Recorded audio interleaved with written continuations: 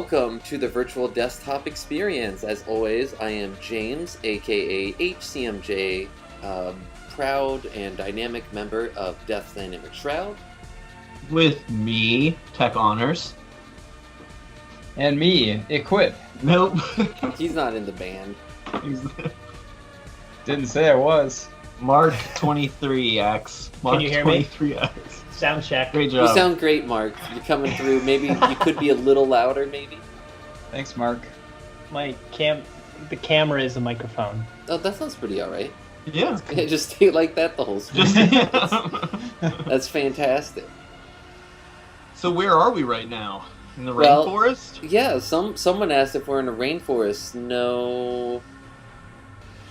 We're in a foggy London town. Yes, so we're here trapped inside the world of rain rolling down the window pane kind of music, that kind of situation. That's what we're inhabiting right now. But behind us is this beautiful, there's a waterfall back there, there's some sunlight coming through the forest.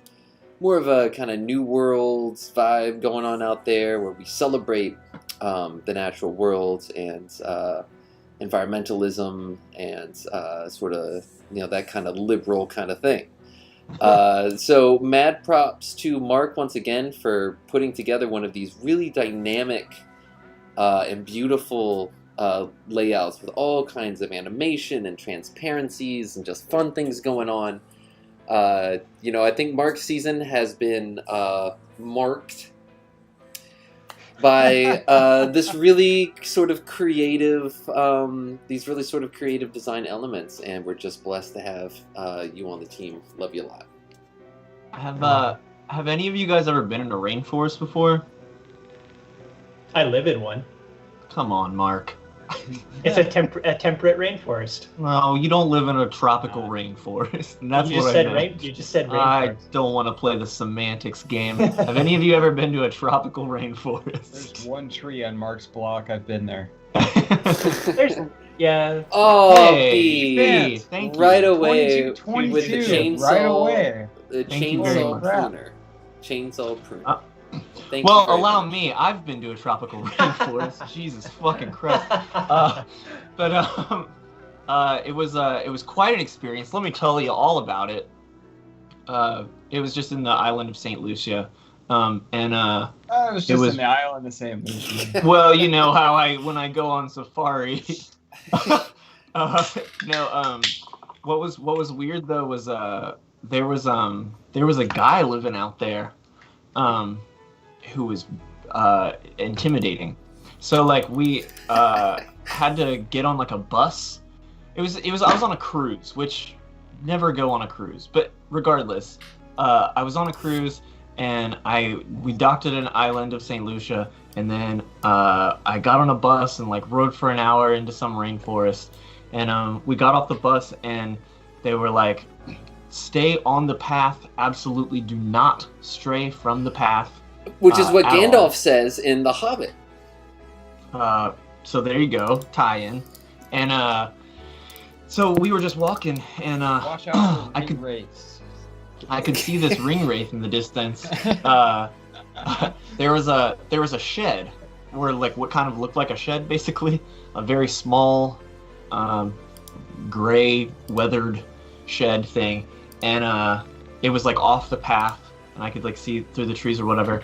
And then this guy just came out from behind the shed, and he was like wearing like kind of like Matrix clothes, just like burlap looking, sort of Dickensian chic. And, like he's from straight off the Nebuchadnezzar from Zion, basically. Yeah, and so get this, he goes around the shed, and then I notice leaning against the side of the shed is this giant machete. And he just picks up the machete, and then he just stares at our group as we walk by.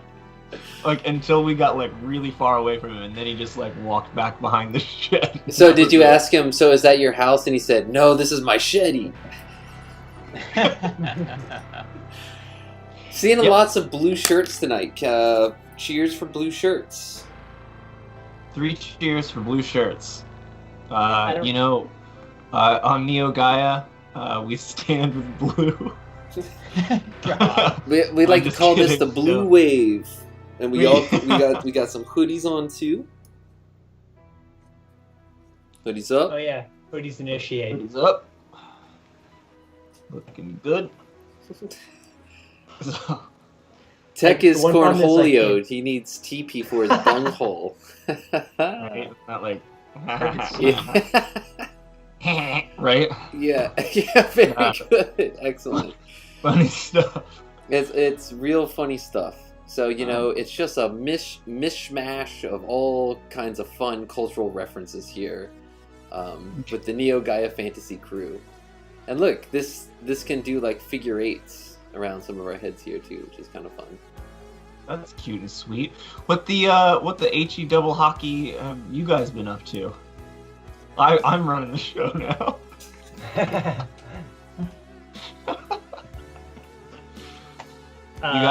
You guys seen any good? You guys seen anything lately? Y'all seen Tenet? Getting a little esoteric. Just a little.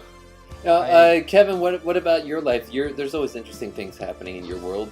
What's been going on in Chicago? What's the report from the ground in Chi-Town?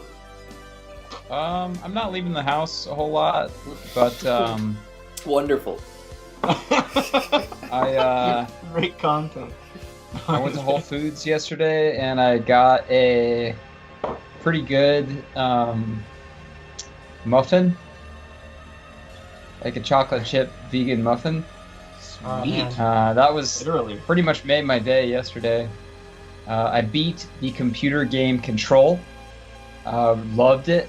It's a masterpiece. Probably my favorite 3D Metroidvania I've ever played. Really, really good game.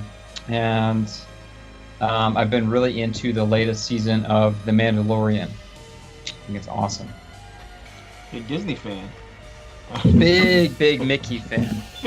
Big fan of the Mickey. So my new policy is when people talk about The Mandalorian, I'm just like, and that's it. And it just, I'm sure it's good. I'm sure it's great. Everyone said the even Clone Wars was great too. Oh no, you don't understand. Like, you just gotta watch it. The Mandalorian's incredible though. It's on a different level. That's what you were describing earlier really upset me, but I'm not gonna say anything about it, and I don't need to go there ever. If you've never seen it, then exactly, I don't have any place to say boo about it, except it's like, it's fine. What about you, Mark? How's your life? Good.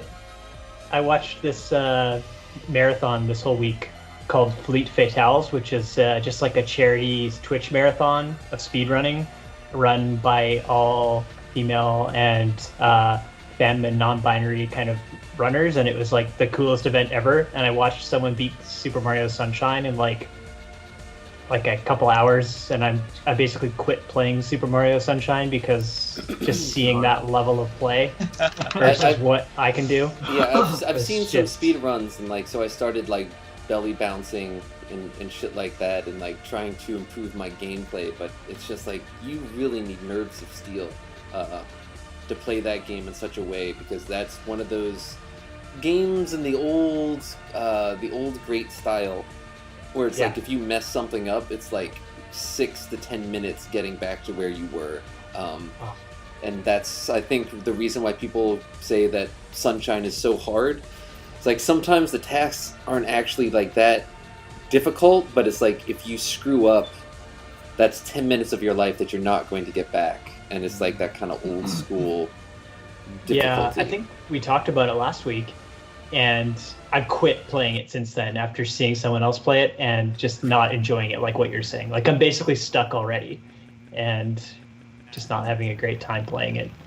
So, didn't they download that ROM in the Mario collection off of a torrent site that they helped take down? I don't know about that. I cannot confirm nor deny that. I hope so. Sunshine is a fun game. Very difficult. Actually, it was for the NES Classic Edition. They found the ROM Ripper's name in the buried in the ROM information or something. from like Emu Paradise. That's James, you just finished Final Fantasy VII Remake. I did finish Final Fantasy VII Remake, and don't worry, I take spoilers very seriously, and you won't be finding any of them here, although I have accidentally spoiled things in the past, and I feel really bad about that. What did you spoil? Just, well, if I say it now, then it's like... You left some eggs out of the fridge for too long. Just... I'm really curious. Well, it's already spoiled, so why not just spoil it again? I'm just spoiler saying, alert. there have been times in my past in which I've accidentally spoiled things for people. So I'm not perfect. I'm not saying, if you've accidentally spoiled things for someone, it's not your fault necessarily. You know, you're not like certain people that, you know, derive pleasure from taking joy from people. People like that do exist on this earth, and Han Solo shot first. I spoiled, so it's, you know, statute of limitations in the original Final Fantasy VII. Aerith dies, and I spoiled that for someone in like 2008. It was like, dog. Yeah, 11 so that's, years, like, We've had like 10 the years most to beat that game. it's like the most common, like, yeah, it's like major spoiler in a video game. it's just like the Chad saying, yeah, exactly. Everyone knows it.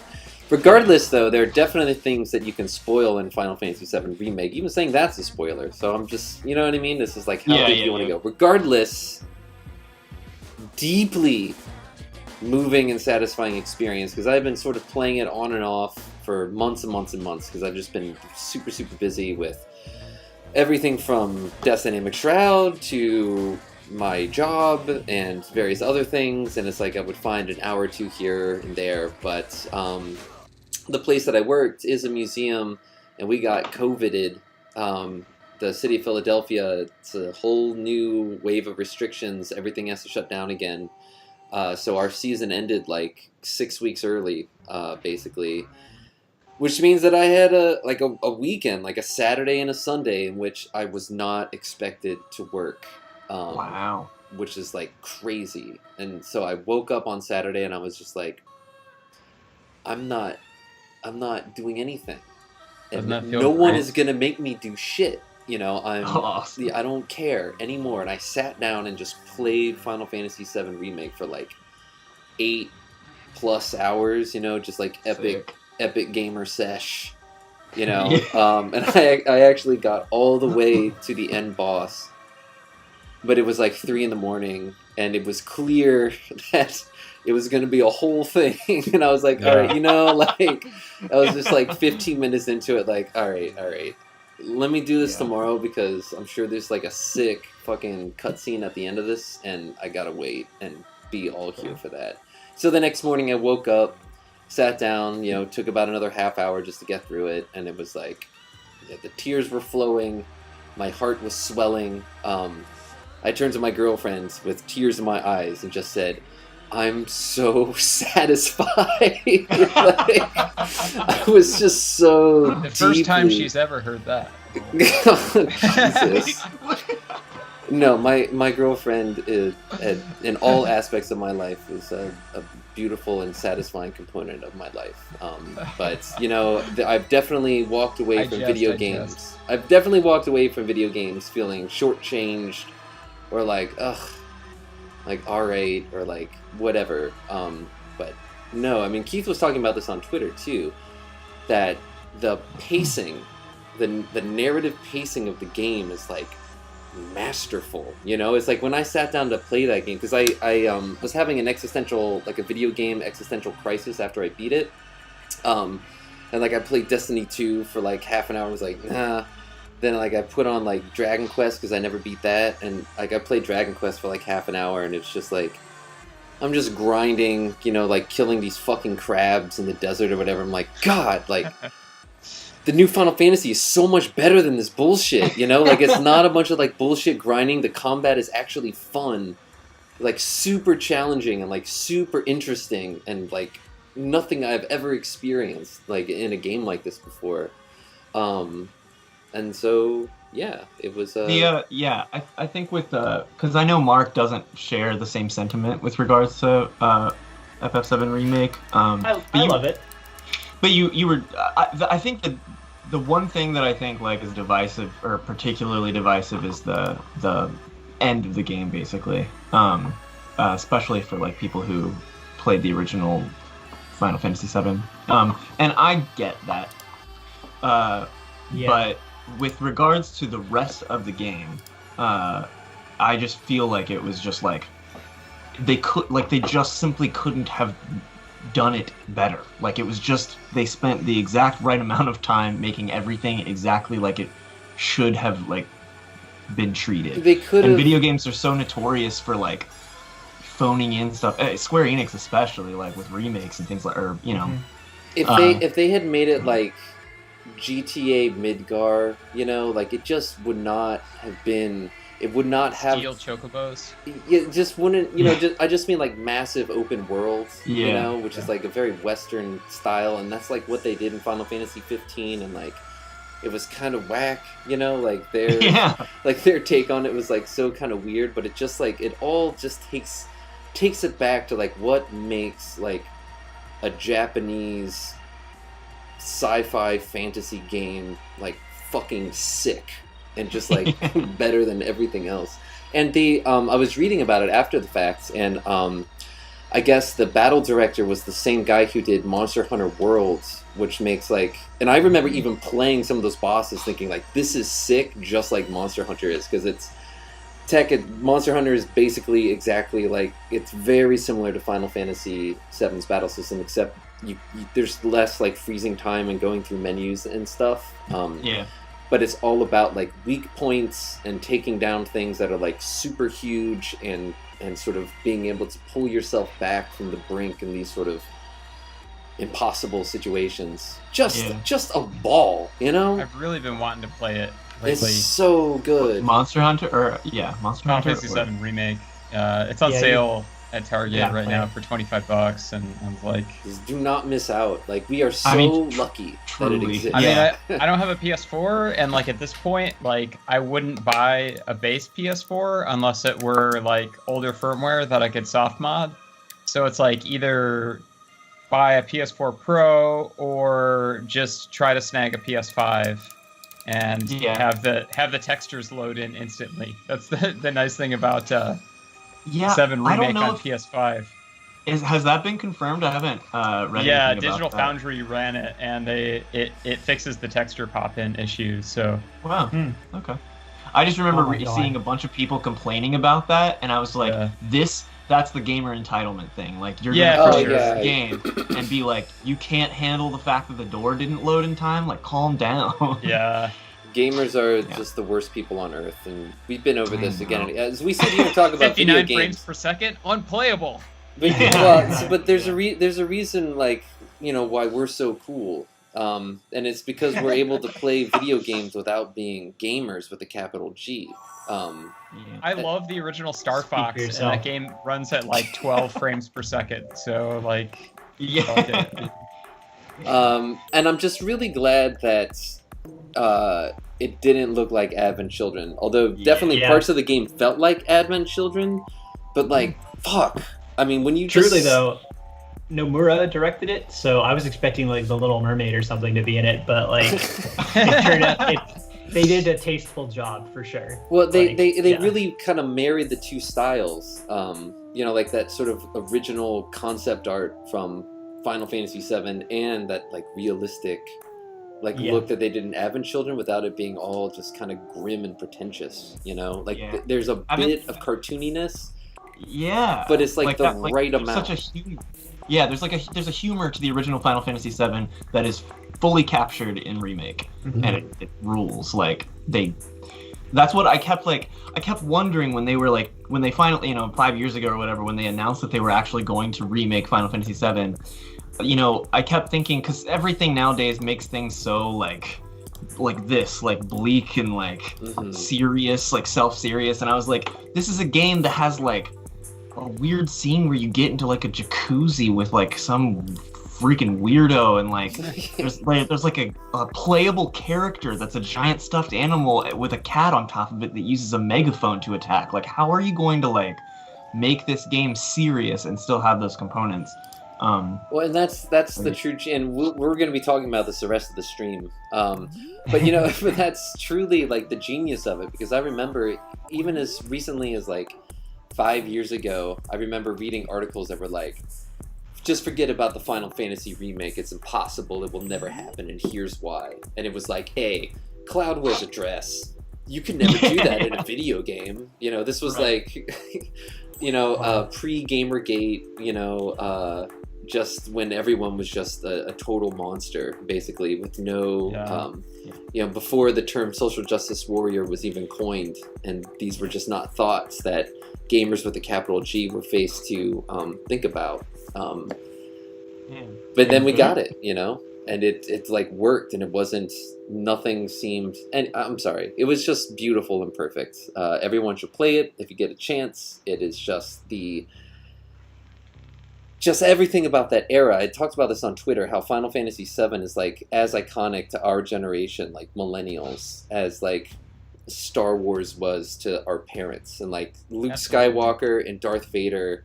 You know, it's like Cloud and Sephiroth, and like anyone who's ever played an online game with people from our generation would know that.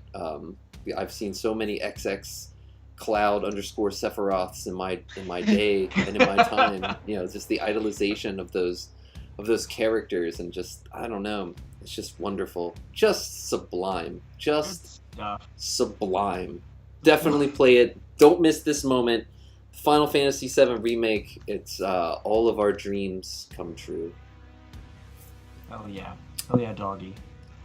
How about those PS5 memes? What? PS5 memes. There's a lot of good ones out. About it being like really big or whatever? Just, yeah, about it being impossible to find and such. Okay, gotcha.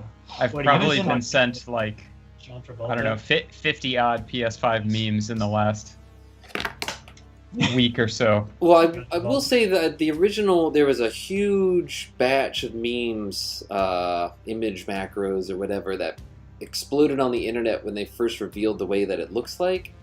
Right. And, you know, I gotta say now, like I have a group chat with like the extremely normal dudes that I play Destiny with, right? Like these are like friend of a friend. They live in Cincinnati, Ohio. And not gamers. They're just like married and have kids and are just like super just regular, not into art or any of that sort of situation. Like that? Oh, that's a very really cute. good one. I haven't seen that one. And one of them got a PS5 and sent a picture to the group chat, and it's just like it's his house with this like beige wall and some like, you know, artwork that you buy at like, you know, Steinmart or whatever, you know, hanging on the wall, and like his plain ass entertainment center with his big black TV and his ugly Xbox, you know, his X-Bone sitting there. And then there's just this whack, wild, weird, you know, like retro futuristic, like Y2K curving white lines with weird blue lights, PS5 sitting on a shelf, and it's like, you know, thank God, you know, that just a little bit of intentional design is now a part of this man's life, you know. So I think it's sick. I think it's an overall good thing, you know. And then you look at the Xbox, the new Xbox that came out, which I love the videos of it just smoking, just shooting, you know, like a fog machine, you know, coming out the top. I still cannot believe that people buy Microsoft hardware. It's like no one has learned their lesson, nor will they ever. But hey, whatever, you know, it's all good. But yeah, I mean, it's just night and day. It's just like, what do you want? You know, what do you want out of life? Do you want a little beauty, a little boldness, a little, just the slightest touch and flair of design and aesthetics in your life, or just should everything be a big ugly box with neon rainbow lights? Nate and Rail chimed in and said, also James, I hate gaming PCs, but there is a pretty significant difference between the aesthetic of a PS5 and the aesthetic of a gamer PC. Yeah. Like Yeah, it's more of a dehumidifier. Yeah, I mean, they're still just That's boxes. not cool. They're still just Not 3D cool at all. rectangles with rainbow lights coming out of them. Like, none of it makes any sense. I feel like the PS5. I loved the meme where it was the PS5, but it was Barad-dûr, the Sauron's fortress in Walthdor. PS5 Sauron. There we go. This is what it. Mordor. No more doors. You remember that joke? That was a good one. No more doors. No more doors. Did you see the Philadelphia cream cheese PS5? No. I just linked it in the chat here. It's pretty good. Someone You mentioned can probably that. just Shabroki probably mentioned just that in the Google chat. image search it too. Well, yeah. I'll take it from the chat. It's fun to do this. This would be kind of weird. Look. Oh my god. Vin Diesel. God here. damn it. I gotta sneeze. Sorry. Bless you. Thank you. Thank you so much. Let's take a look at this. You're here. welcome.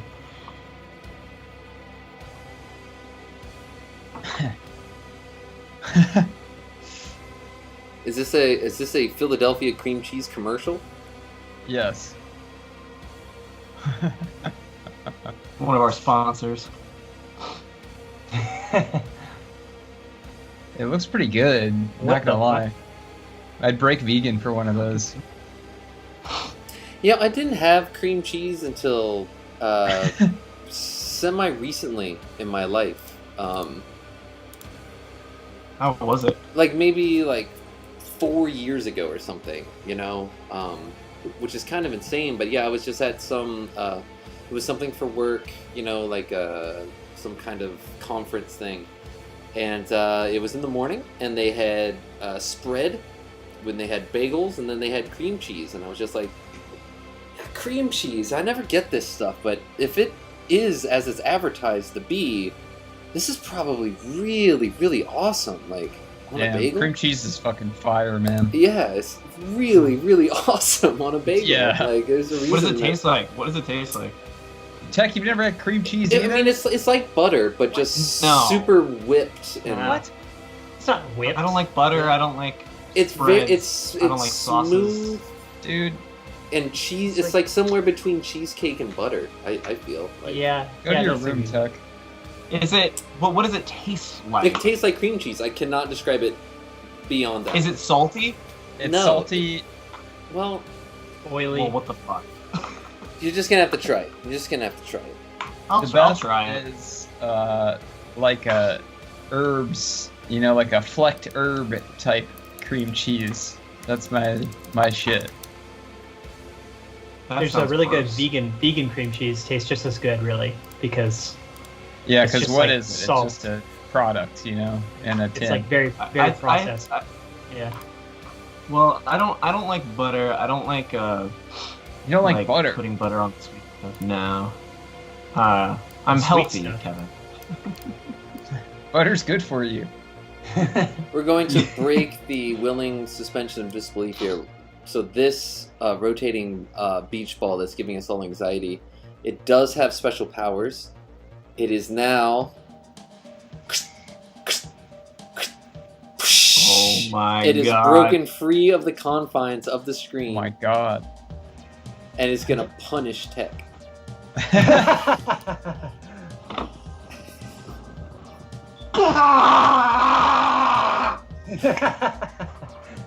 Tech, you're grounded until your culinary appreciation matures. Yeah, man, this is really fucking up Tech.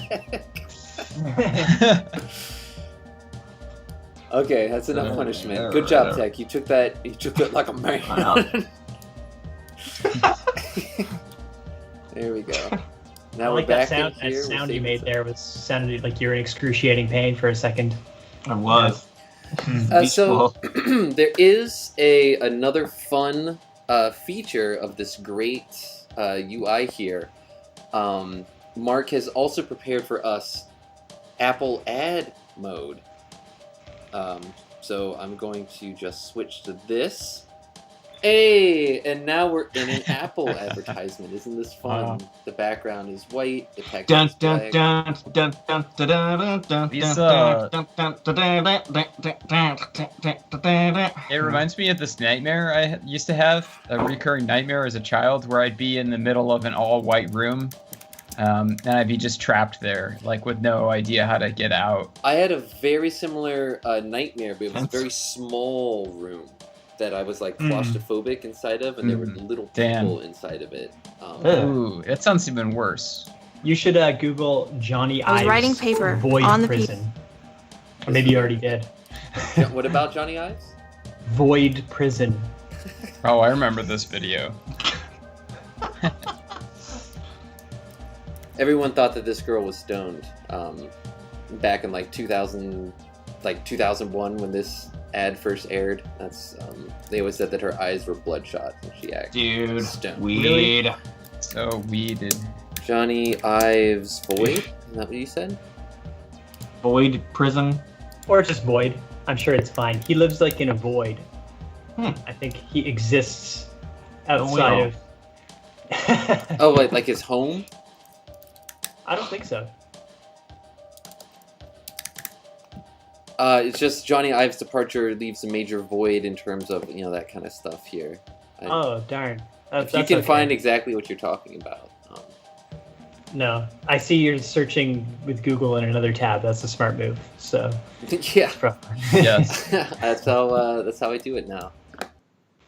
Was that a video like comparing the scale of a Armada class Star Destroyer to like something in the real world? Oh yeah, I've watched this recently. This is really, really good. This is really great. Metaball Studios.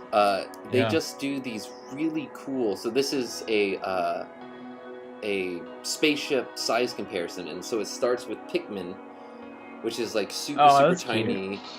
And then it's the attack ball from Dragon Ball. So now it's like the size of a human, right? There's the TARDIS. And it goes on and on and on. And then there's the Eiffel Tower. There's the Arrival shell thing. There's the Babylon 5 thing. And here you can see New York City behind them. Halo. This is sick. Yeah, so it gets bigger and bigger and bigger. All the stuff from Stargate Atlantis. Cool. I think I know where this is going. The Event Horizon, which is awesome. That's a great movie about hell. Oh man, that movie is so freaking scary. Yeah, it really spooked me as a child. It's one of the best 90s sci-fi movies. There's not a whole lot of them, but... And then it continues. You get the stupid... I mean, they have some stupid Avengers shit. But there's the Wall-E ship. That's cool. And then it keeps going, and then you have stuff like... So look, there's the Traveler from Destiny, which is cool. Now you can see that all this stuff is just dwarfing New York City. That's what I'm talking about, freaking Halo, man. Where's the Gears of War stuff? And then it continues to get more ridiculous, and so this is like 10 minutes in. There's the Death 10 Star. minutes. Okay. And you can see it's only getting bigger and bigger. Now New York is like, you can barely even see it down there. And now we're on like the surface of the planet. There's Death Star 2, which is cool. I didn't actually realize that. It's bigger, huh? Yeah, it is Wow. bigger. Didn't know that. So this was fun for me. I watched all of this without fast forwarding. Like I just watched it for 12 minutes one day. Damn, the mothership from Independence. The mothership from Independence Day is bigger than the Death Star 2. Yeah. Of course they had to make Starkiller Base bigger than the Death Star 2. And then Leviathan from Destiny, which is cool for, it's just a fan of Destiny. Sometimes it feels like no one knows anything about Destiny, and then you see it in a video like this, and it makes you happy. I'm not sure what the Expanse is. Sounds cool. Titan AE. I remember, would that have a lit song in it? Yeah, yeah. I remember that. Over my head. Oh my god, yeah. Yeah. The Almighty from Destiny 2. Fish people try to blow up the sun with that. The Dreadnought, that was the best expansion to the original Destiny. Are those games sweet? Should I play that? If you're looking for... Okay, look. I like Bungie stuff. I make fun of Halo, but it's all in jest because I think Halo is a sweet game. Yeah, so the deal with Destiny... Oh, I thought, real quick, I thought that the final thing that they were gonna show was gonna be the Xbox. Oh, I literally thought that's where this was going. that would be cool, but no. So I mean, I guess we can see the end here. So there's Earth, and then there's that What's thing. the biggest thing? This is from Halo. Nice. Oh shit! Probably the Dyson Sphere, I think. Because it It'd be has funny a if sun it ended at inside the of sun. it. Yeah, but the Dyson Sphere from that, which is from a Star Trek: The Next Generation episode, I think that might be the biggest. Because it's like an entire solar system inside. Wow. Yeah, the Dyson Ringworld. Sphere and Ringworld. There you go. Dyson Sphere. Huh. Come on. What about that? Hold on a second. What about that? One of those marbles from the end of that Men in Black movie where the aliens are playing with galaxies. Come on now. That was just a dog, but it started talking. I'm like, what kind of movie is this? But I can appreciate it, you know. So anyway, look, here's the deal with Destiny. Destiny is it's incredible. It is remarkable. It is elegant. It shoots just perfectly because it's Bungie, and no one makes guns shoot the way that Bungie does. That said, it is an endless grind that will never, you will never be satisfied because it is. Can you beat the freaking game? You can beat the single player campaign, but that's like getting to the level cap in an MMO. Like it doesn't mean anything. Like you play through the story in like a couple hours, and then it's like systems upon systems, and it's all multiplayer content. So it's running instance dungeons basically in like a Bungie first-person shooter, which is sick. Like 3-man squads, going in, getting it done. A lot of times the higher level content, like you have to voice chat because it's boss. It'll be bosses with extremely complex MMO style mechanics, with like different phases and weak spots and different ways to trigger different things. It's like, okay, HCMJ, you're going to be the ball runner, so when he goes into the Shadow Realm, you have to jump the platforms to get the ball, and then slam it down on the center, and then the 4 knights will appear, and then, like, Hasteful and Jimmy, you got to turn around, you got to get those knights down super fast, or we all wipe, and then you, like, throw yourself at it for, like, an hour, like, alright, HCMJ is getting the ball, coming back, slamming. So it's like that sort of situation. It is an online game. A lot of lingo there.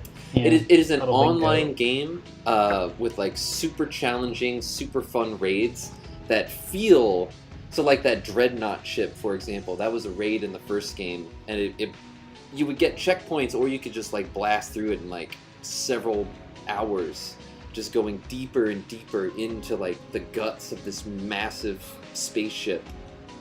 Fighting all kinds of like bosses that are like the size of the screen. So it's also an MMO style gear system where all your gear has item levels, and so it's like I have a legendary headpiece, or I have an epic body piece, and then there are different gun classes, and they all have their own exotic and legendary guns that are like super long quests that you have to work together with other people to complete. So it is not a game that you sit down and like play it and you're like, okay, cool. It's a lifestyle game, and it sucks because like every 2 or 3 months, it's like a new season or whatever, and then everything that you've done up to that point becomes null and void, and you have to start the climb all over again. Yeah. It's one of those kind of games, and that's my problem with it. Is like, when you're into it and you're like playing it and like it's integrated into your life.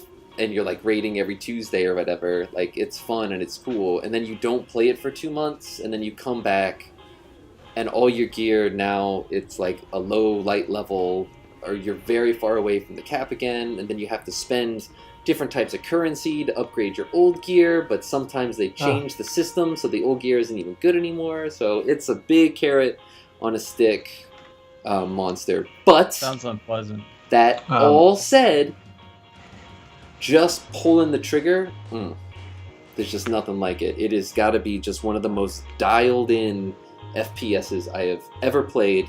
The aesthetics are just like very clean. The lore is completely unintelligible, but like pretty cool sci-fi stuff. So overall, I give it a strong 7. That's cool. I'm mostly looking for like single player stuff. Yeah, so that's not the game for you. So yeah. What were you saying, James, just now? About Destiny. It's a decent 7. I was kidding. You've been, oh my god. Wow. Yes. Oh, Our Lord and Savior. That's him. What were you gonna ask? What were you gonna ask, Tech? You've been playing your No Man's Sky video game? I haven't. They just did a big update. But yeah, I just honestly, except for last weekend, I have not been playing video games. Until I just bashed Final Fantasy VII. Bashed it. Totally unrelated. Have any of you guys seen the movie Annihilation with Natalie Portman? Mm-mm. Yes. You've seen it, Mark? Yeah. Did you like it? I thought it was sick. Yeah, it was amazing. Yeah, it's Yeah, very it was haunting movie really though. good. Yeah. Awesome. Does Gattaca stand up? Do you think that holds up to modern I scrutiny? wonder. You just said Gattaca? Gattaca. Yeah. That movie rules. It might be So cool. good. It might The be music cool now. is very pretty. Yeah, It does have CRT TVs in it though. Gattaca. So yeah. Yeah. The original Final Wow. Fantasy So it VII sucks. also did, but they also had cool widescreen TVs. That's true. So maybe that means that it's aged very well if it has CRT monitors in it. I mean, you got Blade Runner, where they're like, it's kind of baked into the story, you know, because like they took all the good tech to the off-world colonies and like everybody left on Earth. But I mean, Gattaca's different. Yeah, I do remember the cover being so bad. Like an eye? No, this is just here. Let me go into browser mode. This is Oh, just like I thought it was baked. a- DVD. Yeah, it's just like baked into my Oh skull. yeah. It's just like It's I got remember that like seeing this. late '90s like weird color grading. I Yeah. really don't So like blue. that era of graphic design. I don't know. What... No. This is what I do- Y2K was actually like, you know, before we all Yeah. just remember. It was just fucking Uh, shitty like this. The only thing I remember from that movie is that there's a guy with 11 fingers who's playing a piano piece that can only be played by someone with 11 fingers. Oh yeah, I remember that. I remember being like, that's sweet. But This is yeah, me. I don't know. That could be good. I'm an unauthorized specimen, y'all. It definitely has like a sort of film noir inspired Yeah. aesthetic to it. But And Ethan Yeah, Hawke yeah, is it's- cool. He was a cool guy. yeah, he Didn't kind of has like facial hair like me and Tech. he like cuts his legs off and then like spaces them apart so that they grow together so he can get taller or something. Yeah. That's the part I remember most about it. In the 90s, everyone thought that we were going to be in balls doing VR. Because this is in Oh, we Lawnmower will. Man, too. You guys aren't? I'm still will. waiting. Who's got a whole room in their house for a big fucking gyro ball to play their space games in, you know? They got a lot of stuff wrong back then, I tell you what. Hey, buddy, there's still time. Don't make me Yeah. punish you again. It's PS5 VR, I'm pretty sure it's a gyro thing. I certainly hope so. Just gotta do my pull-ups on the iMac to stay. Lawnmower Man, aka Vaporwave the movie, because Hell yeah. everybody, including a fan, made a DDS fan video, with just a bunch of Lawnmower Man CGI in it, which is a great fan video, by the way. And I brought a lot love of the traffic. Lawnmower Man. I love the Lawnmower Man. The CGI It's was so also good. featured in Beyond the Mind's Eye, And though, bad. and so people don't even realize, because the Beyond the Mind's Eye was basically all CGI that existed for commercials. They had like CBS bumpers, they had Lawnmower Man renders, just like anyone who had renders of anything, they're like, please give it to us. Yeah, the scene where they're like making out and stuff, Yeah, they start this- twisting together. Yeah. That's in the Mind's Yeah. Eye. As well Crazy. as well as the bad guy stuff is in the Mind's Eye too. The Oh yeah. Watched all those fairly recently when I did the Laserdisc streams, but I think I think I seriously like have and streamed every single CGI Laserdisc that exists. I can't find it anymore. Oh shit. Wow. James. What's up, man? Google. Google. I just want to see. This isn't the image- mind's eye. Oh God. Google the Langoliers movie and see if you can find an image of a Langolier. Cause that shit haunted me as a kid, and it's I remember. I saw that. I saw this on TV too. My parents thought it was stupid, but I thought it was really scary. fucking rules. Yeah. Oh my God, they have like 3 mouths or something. Oh God, they're just eating up the past. They're literally eating time. Yeah, so I That's commented awesome. on the Langoliers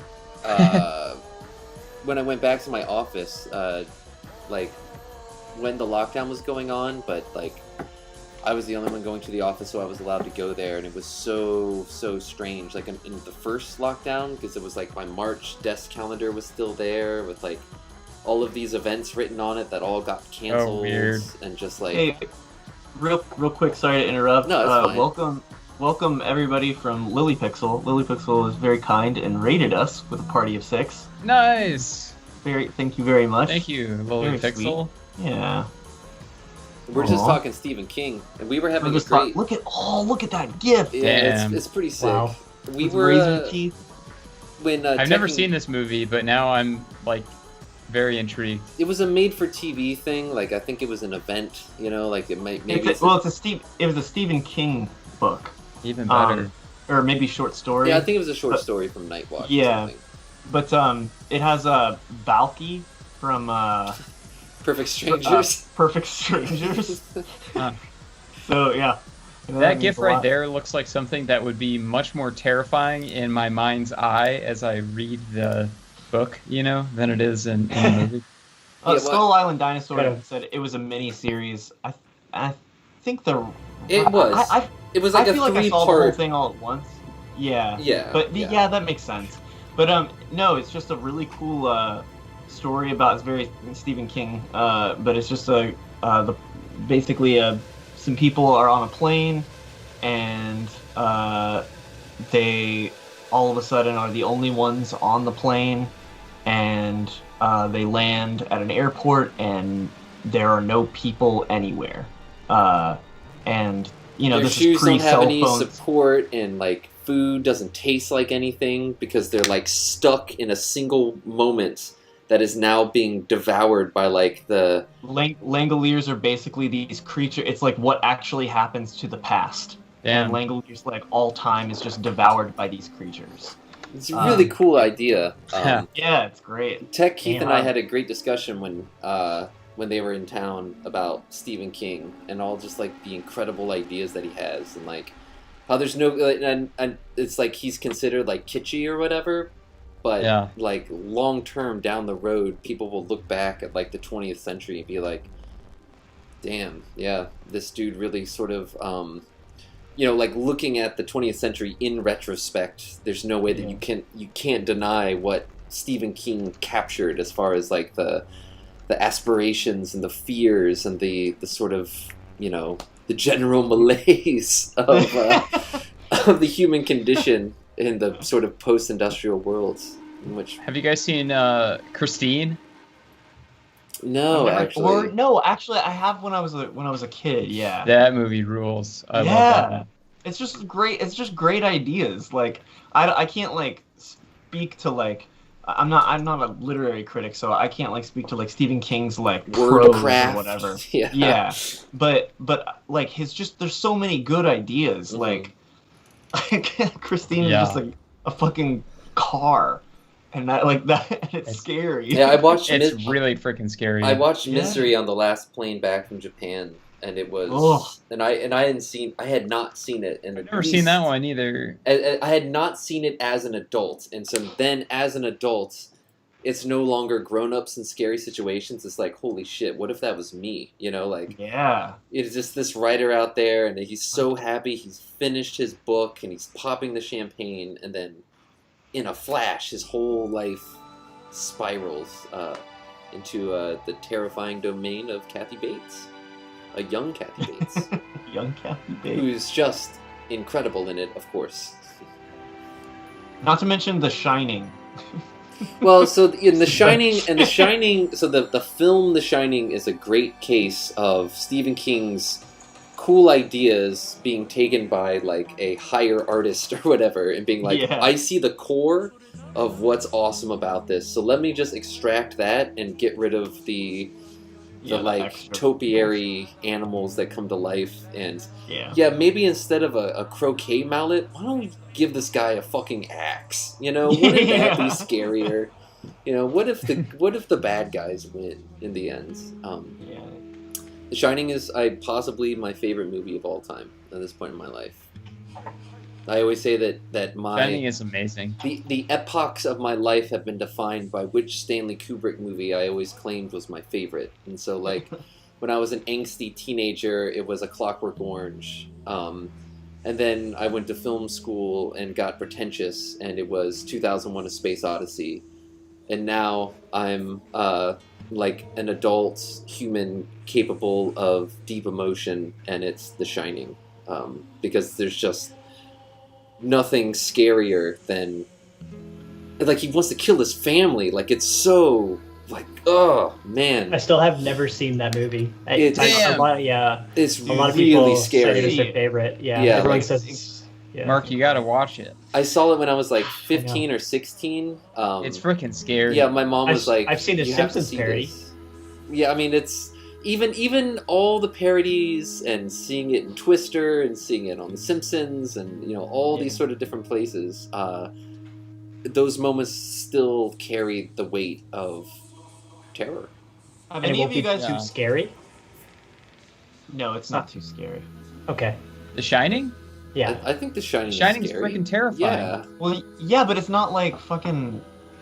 It's not like a horror movie. It is a horror movie. It's a horror movie. Yeah, there's a lot of blood, like, literal oceans of blood, and but they're not. It's not. I know, but it's like a surreal, psychological. Yeah, it's not like it's not like Hellraiser, which is my segue. I was gonna ask if any of you guys have ever seen Hellraiser. Yeah. No, I actually have rules. not. So does Hellraiser 2. I don't know. My girlfriend keeps trying to get me to watch it, but I'm freaked out about horror. Is it films. Razor? Yeah. You should watch it. One who raises. Does it have gore?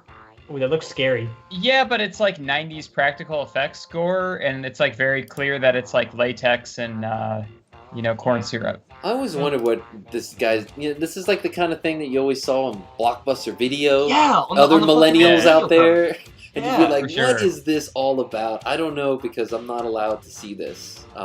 Yeah, exactly. I always wondered as a kid, and I finally watched it, I don't know, maybe like 10 years ago, and it's really good. Hellraiser 2 has the coolest depiction of hell I've ever seen. It looks like the M.C. Escher painting. That's the kind of hell I'm into. Upside down shit. It's really cool. Wow. Well, I'm gonna watch Hellraiser. Why does he put all those pins in his face? Doesn't that hurt the poor guy? He's Pinhead. That's what he does. Yeah. So like he's one of the Cenobites, and they're like these beings that have like transcended mortality because they're like mix pain with pleasure, you know? Oh, so it's like paranormal. Like it's not like rooted entirely in reality. Yeah, there's some paranormal shit. Like the main character is like it revolves around this box that's been like, talked about in the legend and like passed down, and it's like a puzzle box. And like when you open the puzzle box, it summons the Cenobites. Oh, that's really cool. I'm into that. It has cool lore. It's like deeper than you would think for being like a horror movie. I'm about to watch this tonight. You should watch it. I think all you guys would legitimately enjoy Hellraiser and Hellraiser 2. I've never seen the other ones, but I think I've heard that Hellraiser 3 is where it starts to get cheesy. It's like kind of Y2K. There's like a Cenobite that like shoots CDs out of his mouth. Oh my god. Well, this is invade a rave or something. This is me on a plate here. Giving some angel to other. Angles. Loving is easy with you. Angle. Yeah. Well, that's cool. All right, I'll tell my girlfriend that I'll give it a shot. I'll give it the old junior college try. Give it the old junior college try. It has that like really like cool kind of dark vibe of a late 80s, early 90s horror movie. It's a very special kind of vibe that you don't get with like late 90s stuff or like early 80s stuff. And I really, really like it. And apparently it has been sampled many times by 90s industrial bands, according to Skull Island Dinosaur. That's kind of sick. Which I can definitely believe. Sure. Yeah, I can get into that. For sure. It was very exciting for me when I watched THX 1138 for the first time, and the beginning of the downward spiral occurred.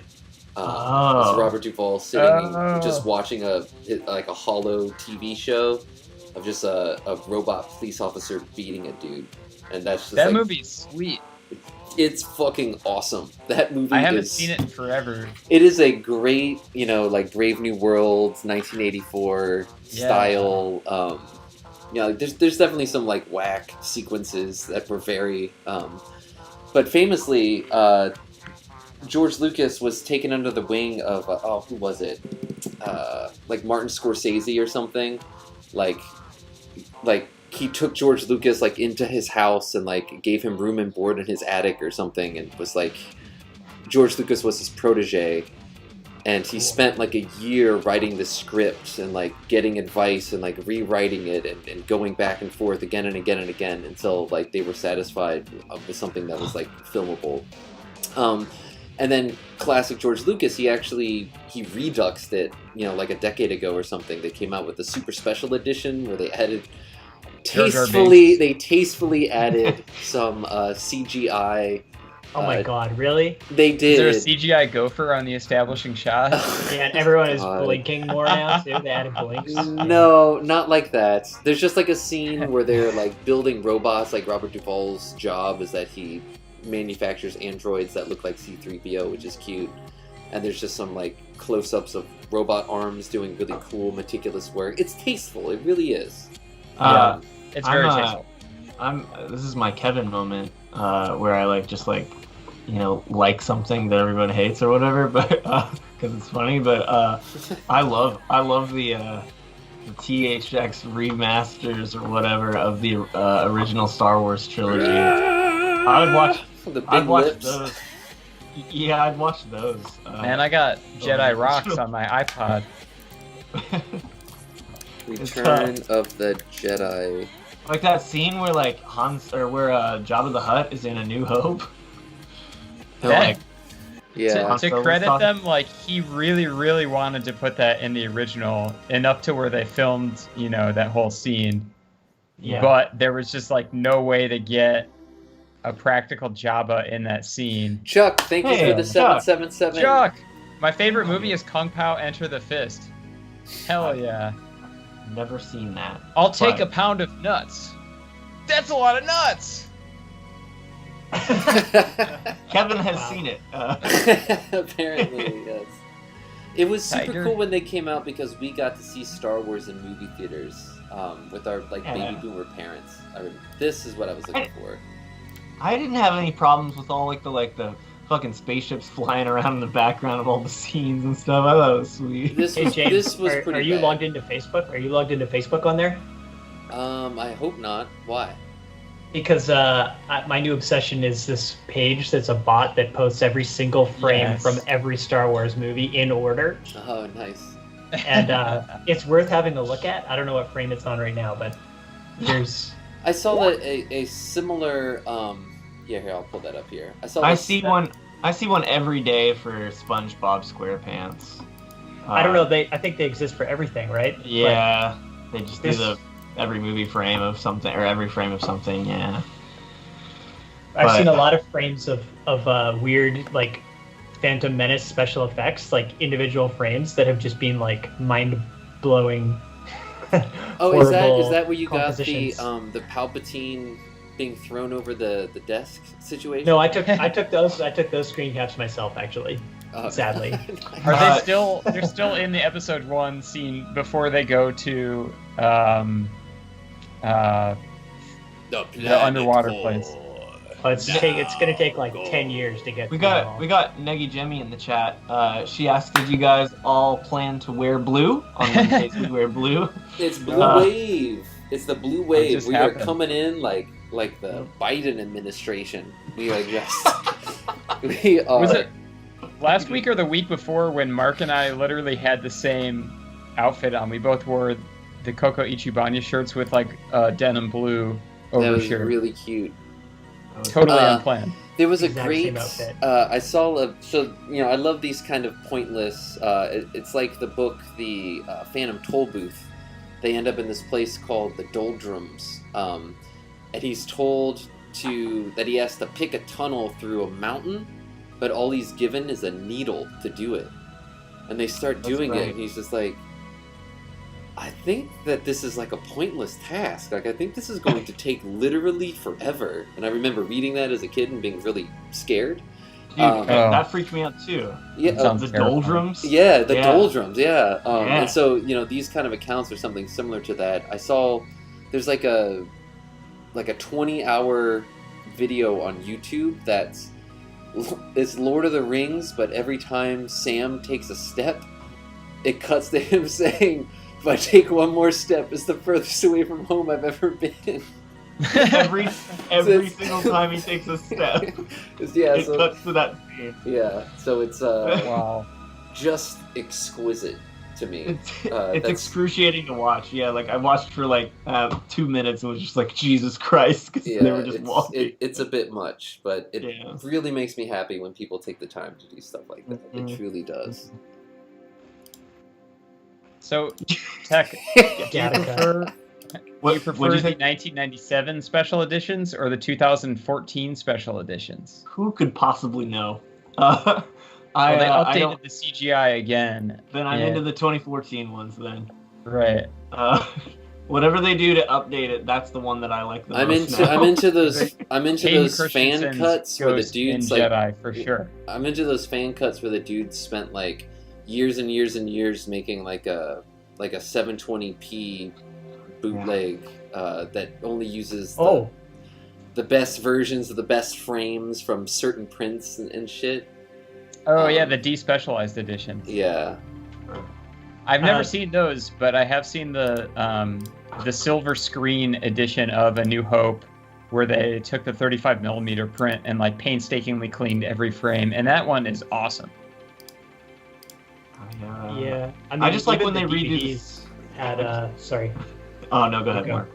The DVDs of one of those special editions that you're talking about, Tech, had the original theatrical releases on it, and it's not like the best, highest res version, but it was They're pretty cool to Laserdisc watch. transfers. Yeah, I remember they were a Really? little red or like magenta, or they seemed a little magenta-y because I used to have those DVDs Right. back in It the has day. that scene though. There's that one scene where Luke builds his lightsaber in Return of the Jedi before going to Jabba's palace, and it's like a cave, but the cave you can like clearly see is just like garbage bags to look like a dark cave. But yeah, that's just a super cool scene. A But lot of garbage, all right.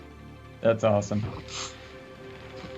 Yeah, Technically, buddy, I was so Sorry. happy to get those special editions on DVD that I didn't care. Like, also too, like when those came out in theaters, like I was just so excited to see Star Wars in theaters that I didn't even, I thought all that new stuff was awesome at the time. I was like, wow, there's an extra spaceship. Like, oh my god, they have a dewback in that scene. Like that's Oh so- yeah. It was all cool. What's up, Deej? Hi, Dijon. I love those pictures from last week's stream with just. It looks like Dijon is just one of the guys, just hanging out. So good. Yeah. Oh, I can't find it now, but I did show off that picture that Kevin that you sent of that was a crop of me and Dijon together. Yes. I thought that was precious. I love showed that off in the Check it Welcome to out. Dino Hour last night. it's fake Dijon. I was just gonna say, get the. Did you just in stuff your Boston. cat? Wow. Dude, Dude, that's that's the most messed up. vegan thing. It's That's not the most stuff. vegan thing you can do. Isn't there like a pink one? Don't you have a pink ceramic cat somewhere? Oh yeah, I don't know where that one went. Look, buddy. There you go. Does Dijon get mad if you like? It's a deep Pet the fake HCMJ one? track playing right now. So I was just kind of Just- getting into it. Haven't heard this in a while. It's cool. I like that. Oh, perfect. Yeah, Mark, you can get out of here now. We don't need you anymore. Thank you. Another perfect moment. Oh. Double dish. Yeah, I don't know where my cat is. There's Well, John in stereo. That's it. That's all we need. Double that's D's. that. B was very excited about that. A Dij witch. Dijonnaise. With cream cheese. Yeah. Cream Maybe one of these Dij. days. Yelling at me. Dude, James, you forever impacted me. When I was in Philadelphia, I went shopping when I got back, and I bought some everything bagels. They're hell dope, no. right? And I'm gonna toast them. So the thing is, every day I eat for breakfast 1 banana and an untoasted cinnamon raisin bagel. A and nice a choice. cup of coffee. But with the everything bagel, James introduced me to them. I was always afraid of everything bagels because they got everything in them but the kitchen sink. and it was delightful. He toasted it, so having a toasted bagel really takes it up a notch. I don't know if you guys are aware of that. It's Did like, you just it's start eating yesterday or something? Like what is up with all these new food discoveries? That like this is just. hey, old it doesn't news matter to me. when. It just matters that it happens. You know? I mean, I don't get me wrong. I'm so happy for you, but like a toasted everything bagel is just like a part of most people's reality. I don't know. Well, I'm not most people, Kevin Hine. I'm very proud of you. Don't get me wrong. Thank you. But yeah, James made me a bacon and egg everything bagel when I was at his house. It's quar food. That's what me and the missus ate during quar. Every Quar. morning, just toast up an everything bagel, 2.5 slices of bacon, and 2 eggs folded on top of each other into like a little disc, just with some butter, salt, That's a good pepper, sandwich. just the slightest kiss of garlic powder, just So a touch. here's something fun. Okay, so you know how there's like vegan versions of meat. So and they always want to call it a pun, like incognito, Wicked. or like a not dog, Yeah. or fakin. Yep. Tofurkey, Tofurkey. which is kind of not really I guess. Seitan, right? Is Well- that what you mean? That's a portmanteau. Then no. I know, I'm a I'm- Satan worshiper. Yeah, exactly. I'm being facetious, obviously. I know. My roommate bought something that like some sort of frozen meal that had that had BE''F.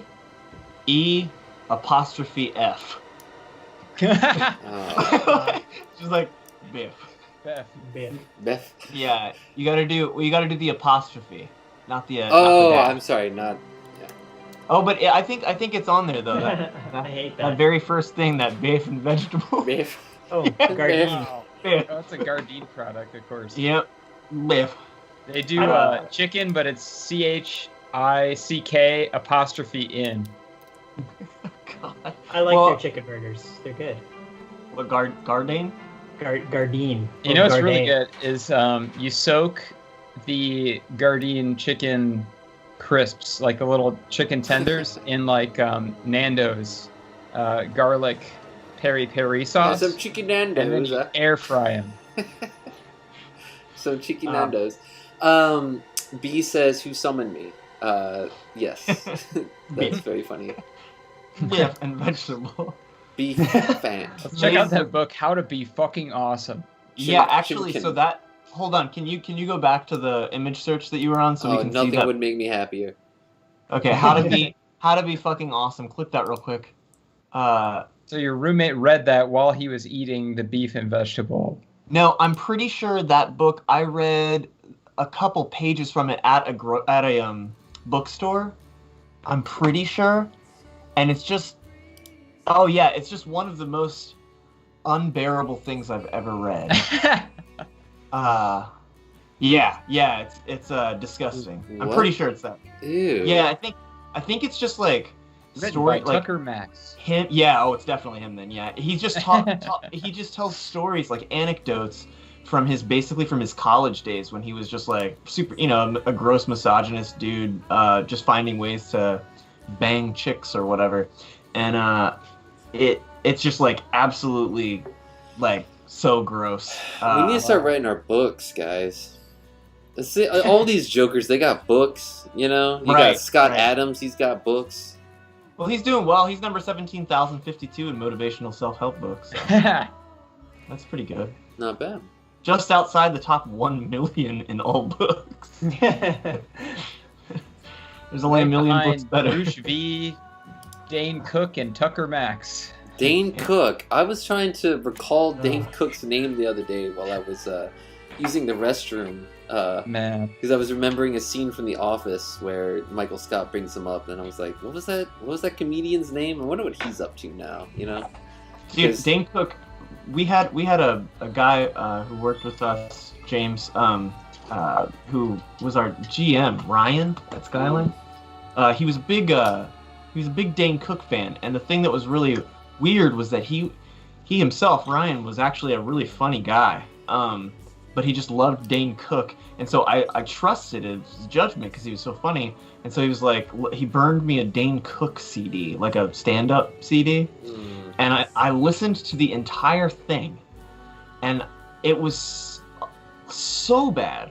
But I the only that was the one with laughed, the BA thing in it that we used to make fun of. With the what? It was like BA badass. I shortened it. Yeah, I think that had the BA badass. I shortened it. Oh. Also had the whole shtick about like how he's like, I worked at Burger King, but I was embarrassed about it, so I referred to it as the BK Lounge.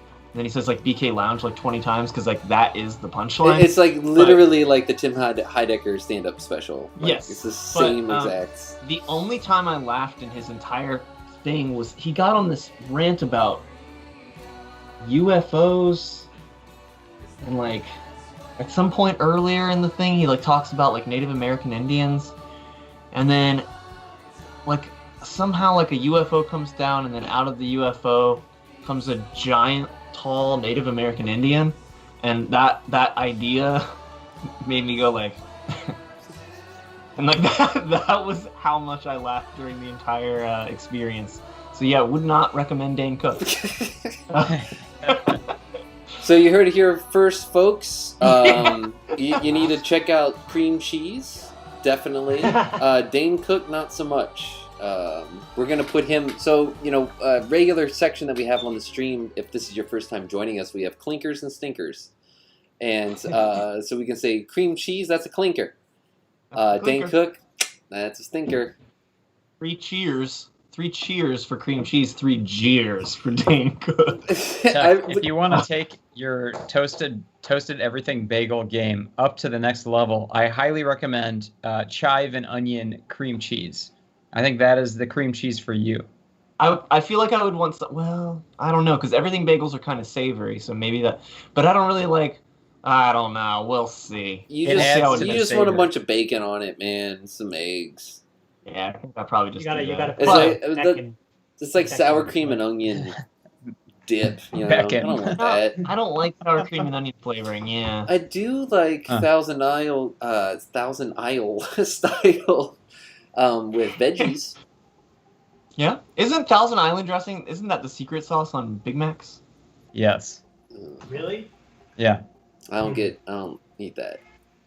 No, I think I've had one Big Mac in my life just to like see what it was about. We did try to get Burger King the last night Tech was in town because we were just like super hungry, and it was the absolute most abysmal, just truly depressing food experience I've ever had in my entire life. And I have had bad food, believe me. I find Burger King is either like euphoric fast food goodness, or it's just like the bleakest thing that you've done all month. Just like you might say one or the other. There's no mid ground. BK Lounge, not BA.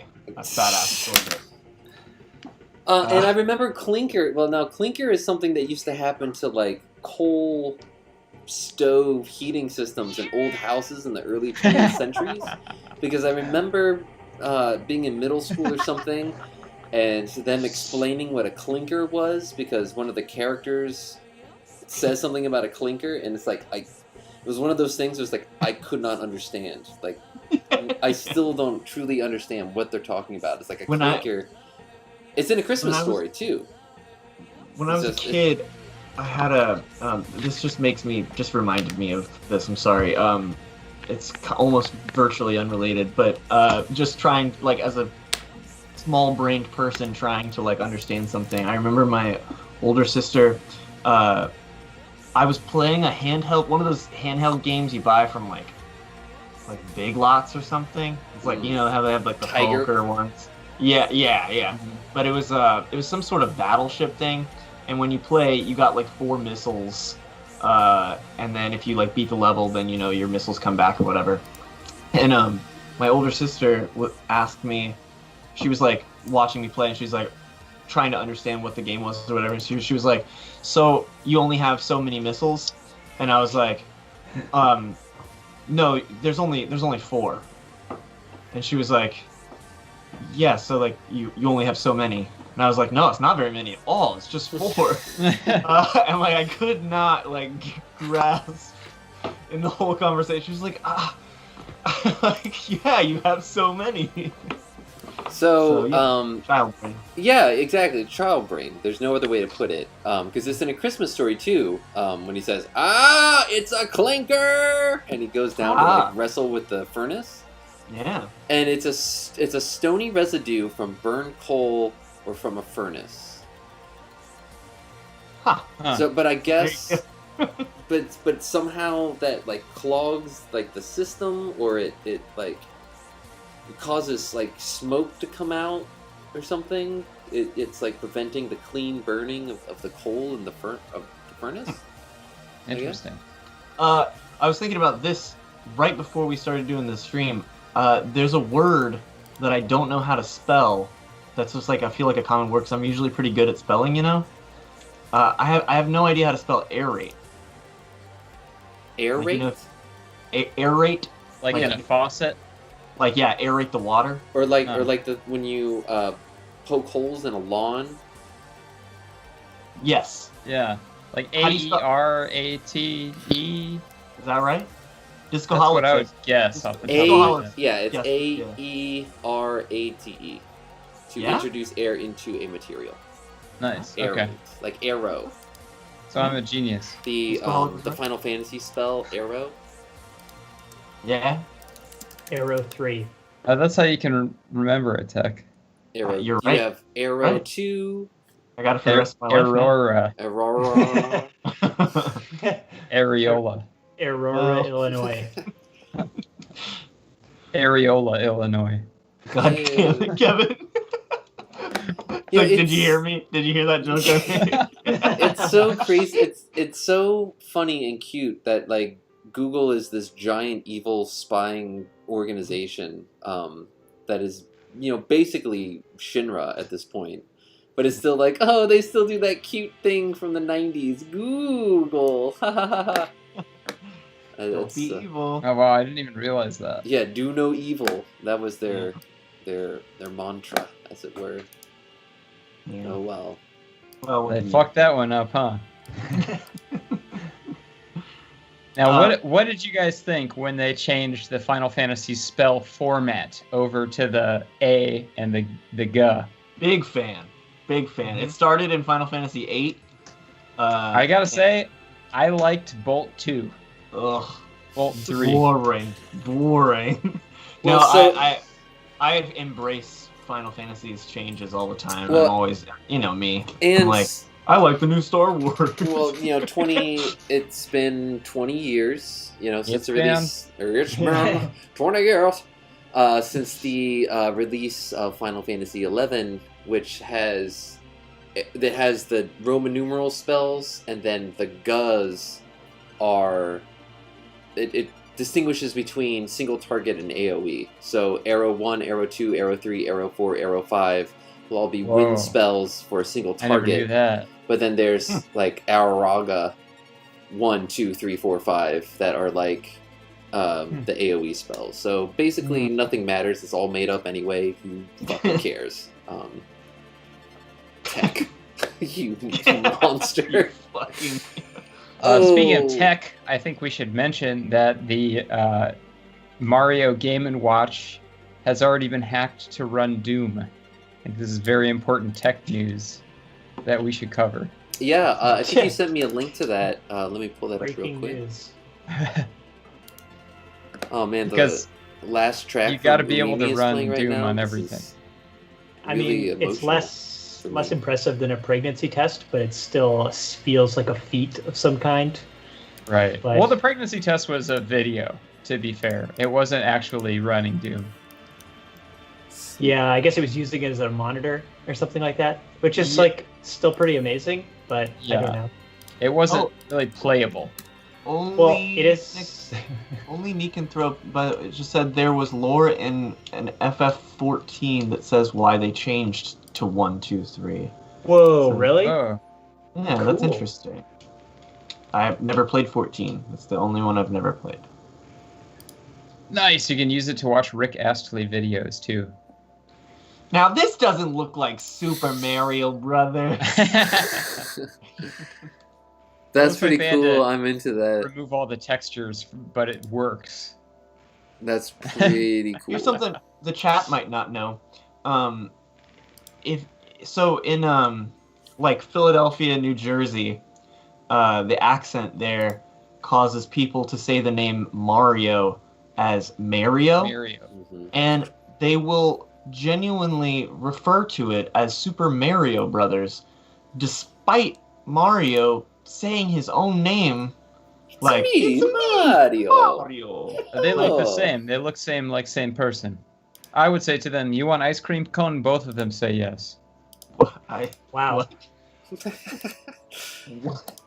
It's a reference to an old YouTube video that's is very old. It's called Mario Twins. So it's also they also say water out here, which is Did you say water? which really threw me for a loop when I first moved here. You know, it's like They're saying water, but they say water. they say water, like water ice. It's like, what are you Yeah. talking about? And I Oh was yeah, hanging and they out- refer to. Sorry, just to clear that up too. They refer to Italian ice, like the dessert. They refer to it as water ice, which is hilarious. And then Wow. and then they say water ice, water ice. So it's like, what the fuck are you doing? Anyway, yeah. What else can you make ahead. ice out of? Exactly. That I said the same thing. yeah. But it's one of the so that I can live with. It's like, okay, people call stuff different things. That's fine. But just saying water, it's like, what? And I was hanging out with someone once who was talking about Pink Floyd, and I heard him say Roger Waters. And I was like, dude, like, do you really? Like, do you Not hear? me. But yeah, but that's the thing. We don't hear our accents, you know. James, you're still in Philadelphia. Can you? Sega Octopus asked, I might move to Philadelphia in February. Do you guys recommend? I mean, look, Philly is really cool for at least before the pandemic. There were a lot of things that made Philly very cool. The nicest thing about Philly is that it's cheap to live here. And so it's like if you're gonna live somewhere where it's gonna be cheap, it might as well be a city that's like 2 hours away from New York City. You can go there for like $10 on a bus if you want to like do New York stuff, to see shows, and to go to the Guggenheim to see a Picasso exhibit, you know, or something, or you know, to see DDS play the Red Bull Music Festival that was supposed to happen but was canceled, etc. But also, like any city, there's Philly is an East Coast grimy. There's tons of garbage, tons of assholes. You know, I mean, it's a city. I love it and I hate it. You know, maybe more on the hate side in recent months, maybe, just because, I don't know, the area that I'm living in is, like, actively being gentrified at, like, an increasingly alarming rate. Like, it's, like, new houses every other day, and so it's basically like living in a construction zone. And things like, I left my trash can on the side of my house, and someone threw the garbage out of it and then stole it because it was like made out of metal, you know. So like that kind of stuff that like the zero respect for the zero respect for other people's property, you know, that kind of stuff. But that's just like that's that gritty East Coast style or whatever, which is fine for a while. But if you can't deal with that, like then it will just eat away at you. That said, cost of living super low. There's lots of great food here, lots of great entertainment, lots of great scenes. Like as far as like terminally chill. Yeah, terminally chill. As far as like in-person vaporwave, I don't think there is a single city in this country with a actual scene, and not just like, and it's not just terminally chill. It's not just like this bi-monthly dance party. It's just like before the pandemic, there were tons of both DIY spaces and like what I would describe as elevated DIY, like weird, like very illegal, like back alleys in Chinatown that would lead to staircases that went up into like huge rooms with cool stages and like a bar. And you're like, how is this even happening? I don't know, and I don't care. With like super diverse, like if it's like people that were coming out to these shows with like vaporwave and future funk artists were not all like the people that we know and love on Twitter. It was like, I don't know where these people came from. I don't know like who they are. It's just like really cool, chill, nice. Chuck Sing, thank you so much. Chuck Sing, thank you. Happy Thanksgiving to you as well. We appreciate it. Thanks so much, Chuck Sing. So long story short, American Thanksgiving. Yeah. It's hard. It's hard to say. It's hard to say move anywhere because everything sucks right now. And Philly is also like pandemic ground zero, and they just, you know, like we're back in lockdown mode basically, and you cannot go to restaurants and you cannot go into stores and you cannot. It's wild. It is really wild, the difference between Philadelphia and where I live in South Florida. Like, I mean, just there's nothing like nothing's closed here. Like, sometimes I'll Google something and I'll see that there's like no indoor seating or something at like a restaurant, but pretty much everything is like open. It's like it's proximity. It's because of our proximity to New York City, which was like the bastion of like COVID. So it's really, really bad here. And like my girlfriend's sister, I've mentioned this before, she works on like the COVID ward of a hospital, and it's getting like, they are past capacity. It's worse than it was last spring. It's just, it's crazy. I think like, because I was thinking about this, maybe we talked about this when you and I had a conversation about it in Philadelphia, but I feel like I thought about it later when I came back, and it seems like, I think the reason that maybe people in Florida don't take it very seriously is simply because if you live here, you see life carrying on just as it did prior to the pandemic. And so your experience, you're not seeing all the fucking thousands of people that are in the hospital, of course, but you're just seeing life resume and not everything is collapsing. So, yet... But what I'm saying is that's what people here are seeing, whereas people where you live in Philadelphia, everything's under lockdown, and so it seems more severe, which is good. Like, Florida should obviously be treating it that way, and then people would take it more seriously because it appears to be that serious. But since it's not being taken seriously, and since life has gone on, and people are going to grocery store or restaurants and whatever, then it sort of gives the illusion that maybe it's not that big of a deal after all. You know? Yeah, I have a great picture here that perfectly sums up what my life is like. Tell me what you think about this, Tech.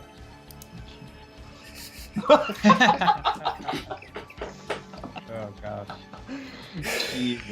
So it's very difficult for me at all. Like, yeah, exactly what Tech just said is 100% the truth, because my experience has been like, I can't even think about the next steps in my life because like right now, this moment in time, I was supposed to be like moved to Japan. Like that was my plan all the way up through the end of March. Someone pulled the Muse trick on you. Yeah, exactly. Like I had things set, like lined up for me at an international house. I had a basement full of packing materials to sell my possessions. Wow. I was done, and it was like I'm moving to Japan that morning in Issei, Kevin, when we cried together.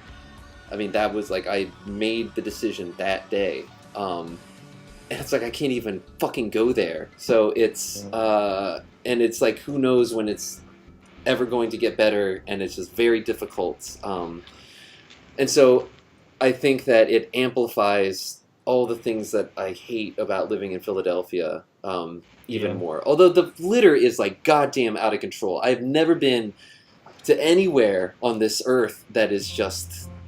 I mean, pull people up the Romance Larghetto. Pull up the Romance Larghetto video. Oh yeah, I made a whole music video. Is it worse than San Francisco? So I stayed in the Tenderloin. You be the judge. It is the same. It is the same situation as like the Tenderloin in San Francisco, except in a much larger area. Damn. Yeah. Last time I went to San Francisco, I was like had to watch the ground because there was so much human feces. Well, you'll have that in cities, I guess. I just have to watch out for geese species here. Yeah, so this was a music video that I posted about a year ago for Rebecca Peak. It was this old song. It was an old song that I had written about what I considered to be the love of my life at that time. So it's a very romantic song. So I thought it'd be fun to do just kind of an ironic video where it's all of these beautiful romantic lyrics. But I'm just running through garbage in slow motion, and so I thought that was a cutscene from Sonic for a second. Well, a little bit. I am wearing blue pants and my red shoes, which I'm known for. So this trash wasn't staged. This is actually. This is all within a block, of maybe 2 blocks. The junkyard. It's just 2 blocks away from my house. Yeah, people like tagging the sidewalk. You know, like. Yeah. Like tagging the fucking sidewalk, like come on, man, like that's art, man. Can I just have a sidewalk? You know, like would it be? Does it have to be like that? Anyway, yeah, lots of garbage. Whip music. Thank you. $3. Don't thank you. Oh, and I love this guy using the Mac. Thank you. Look at how they're using it. Isn't that great? That's So yeah, just a lot of litter, and it comes from 2 main sources. One, in certain parts of the city, like where I live, which is like kind of the edge of the Temple area, on like the outskirts of what was once considered like North Philly, but is no longer really like that area anymore. The trash collection is not always done with tact and care. And a lot of times, trash bags will come flying out, land in the street. They'll just keep going. Trash ghost. Yeah, animals will rip open the bags, and then it will get caught in a breeze and just tumble down the road. And then also a lot of garbage that comes out of people's cars. Like I've just been riding my bike behind cars and seen people throw like entire, like Church's chicken, like massive box, like of chicken that's just like full of bones. Oh god, I've seen that too. Just throw it out the window, and it's like it doesn't go away. Like trash goes. Well, if it's paper and chicken bones, it might, Well, not on asphalt, It's like I thought you said trash goats. Oh, trash! You're talking about trash ghosts. Yes, very. I heard goats. I heard goats. Sorry. That's cute. I didn't know what was going on. But it's very much like it's like the Trailer Park Boys, where Ricky's taking his trash out and he throws it in the lake, and he's like, "Oh yeah, nature's great. You just throw it in the lake, and nature just takes care of it, just washes it away." I mean, I've seen many times people fill up water bottles with urine and then throw them out of their cars because they don't want to like stop to pee. Oh, the whole bottle too? Yeah, so you see bottles just it looks like water bottles full of apple juice just spread throughout the city. Full diapers, Hey, free juice. What? Yeah, it is really truly an abomination. And of course in Old City and Society Hill, places like that, where they repave the roads every year, so they don't have potholes, and then there's no trash. God. And but yeah, out here it's like a construction zone, because this whole area is like, in like 10 years it will be so cute. But right now it is like literally living in a construction zone. It sucks. Now, yeah, as a person sand who's everywhere. Yeah. Go I ahead. used to have to piss into bottles all the time in my old job, because we would be redoing somebody's bathroom. So therefore, there's no toilet. Okay, so where do you go? You go in the back of the van in a bottle, but you pour that bottle out into a sewer receptacle, or do something responsible with your urine. You don't just like leave it in the bottle and throw it out. That's ridiculous. Now, I pee into bottles, but not because I have to. That's just part of your 4chan gamer setup. So, Yeah. but as you can see at the end of my video here, while I was out shooting all this garbage, I did come across this cool place called like Sunflower Philadelphia, where they grow a bunch of sunflowers in the middle of just it's like, it's like living in Midgar. It truly is. It is, you got the slums, and you got the top plate, and then you got the big Comcast towers. Yeah. In the center of the city that just light up the sky at night. And like, yeah, there's kind of a charm to like living in Midgar or whatever, but I'm like ready to move to Japan, where there is no You're ready to other. move to Wutai. Yes, if you will. If you will. So yeah, lots of great people here though. You got Dr. Chris, you got Geometro, you got me, you got Virtual 95 peeps, you got B and others, just like really cool people that come out the shows and are into vaporwave unquestionably, and you're real close to New York City, but just lots of trash. So, And speaking of great music, we have a playlist that it's playlist time. Yeah. It's playlist time. With this playlist, whatever songs you pick result in the pro quarterback. Okay, well, that so you Tech, are. you're gonna have to guide us on this one, though. I'm into this idea, This is great. but I need your guidance. Okay. Okay. All right. So let me. So pull James, this up here. actually, you get to go first because you were the first one to provide your songs. And I did Normally have this is Kevin. the best picks this week. I feel. Wow. I didn't look at everyone else's picks. I just feel that my picks are so strong. Or Sure. Natch. So my first pick was "Real Love," which was from the Beatles anthology, which they harvested these John Lennon demo tapes, and then the Beatles in the 90s came together and recorded their own parts on top of it. So it was like a new Beatles song that dropped in like 1995, which was, I remember, a very big deal for my parents. But I remember just thinking it was an awesome song. Turns out it's also awesome because Jeff Lynne produced it. And so it's basically, it's like an ELO song, except instead of Jeff Lynne writing it, like John Lennon and George Harrison and Paul McCartney did. So it's like way better. So Real Love, it's really cool. And the vocals are kind of spooky because it's like, it's John Lennon's voice from beyond the grave. But it's just from some old demo tape, so they had to put a bunch of like phaser and shit on it to like make it sound like he recorded it in the studio. Yeah. But it's actually really cool. So this was the companion piece to Free as a Bird, which is also sick. Real Love. I like those songs a lot. It's real love. Yes, it's real. It's good shit. Binasu by Kate NV. This was my album of the year, whatever year, what was that, 2017 or 2016, whenever that came out. It was an Orange Milk release. Kate NV, an incredible artist. I was super lucky. I got to play a show with her on that Orange Milk Showcase, that legendary show, which was just like one of the best shows I ever went to, ever. Really great, kind of like post neo city pop. Like it definitely has this sort of beautiful kind of city pop vibe. There's like, it kind of withholds from this big sweeping non-chorus that loops again and again at the end, like it's Plastic good. Love or something. Like truly incredible, rocks you to tears. just masterpiece of a song. It's probably my favorite Kate song still. Yeah, it's it's my favorite on the album. Yeah. Oh, someone picked Cream Juice. Cool. Oh, old OM on the tracks. That's cool. And then my other song was... Oh, yeah, The Day of Night by Akira Yamaoka from the Silent Hill 2 soundtrack. I was so excited to find out that the Silent Hill 2 soundtrack is on Spotify. The sound palette from specifically this OST, I think,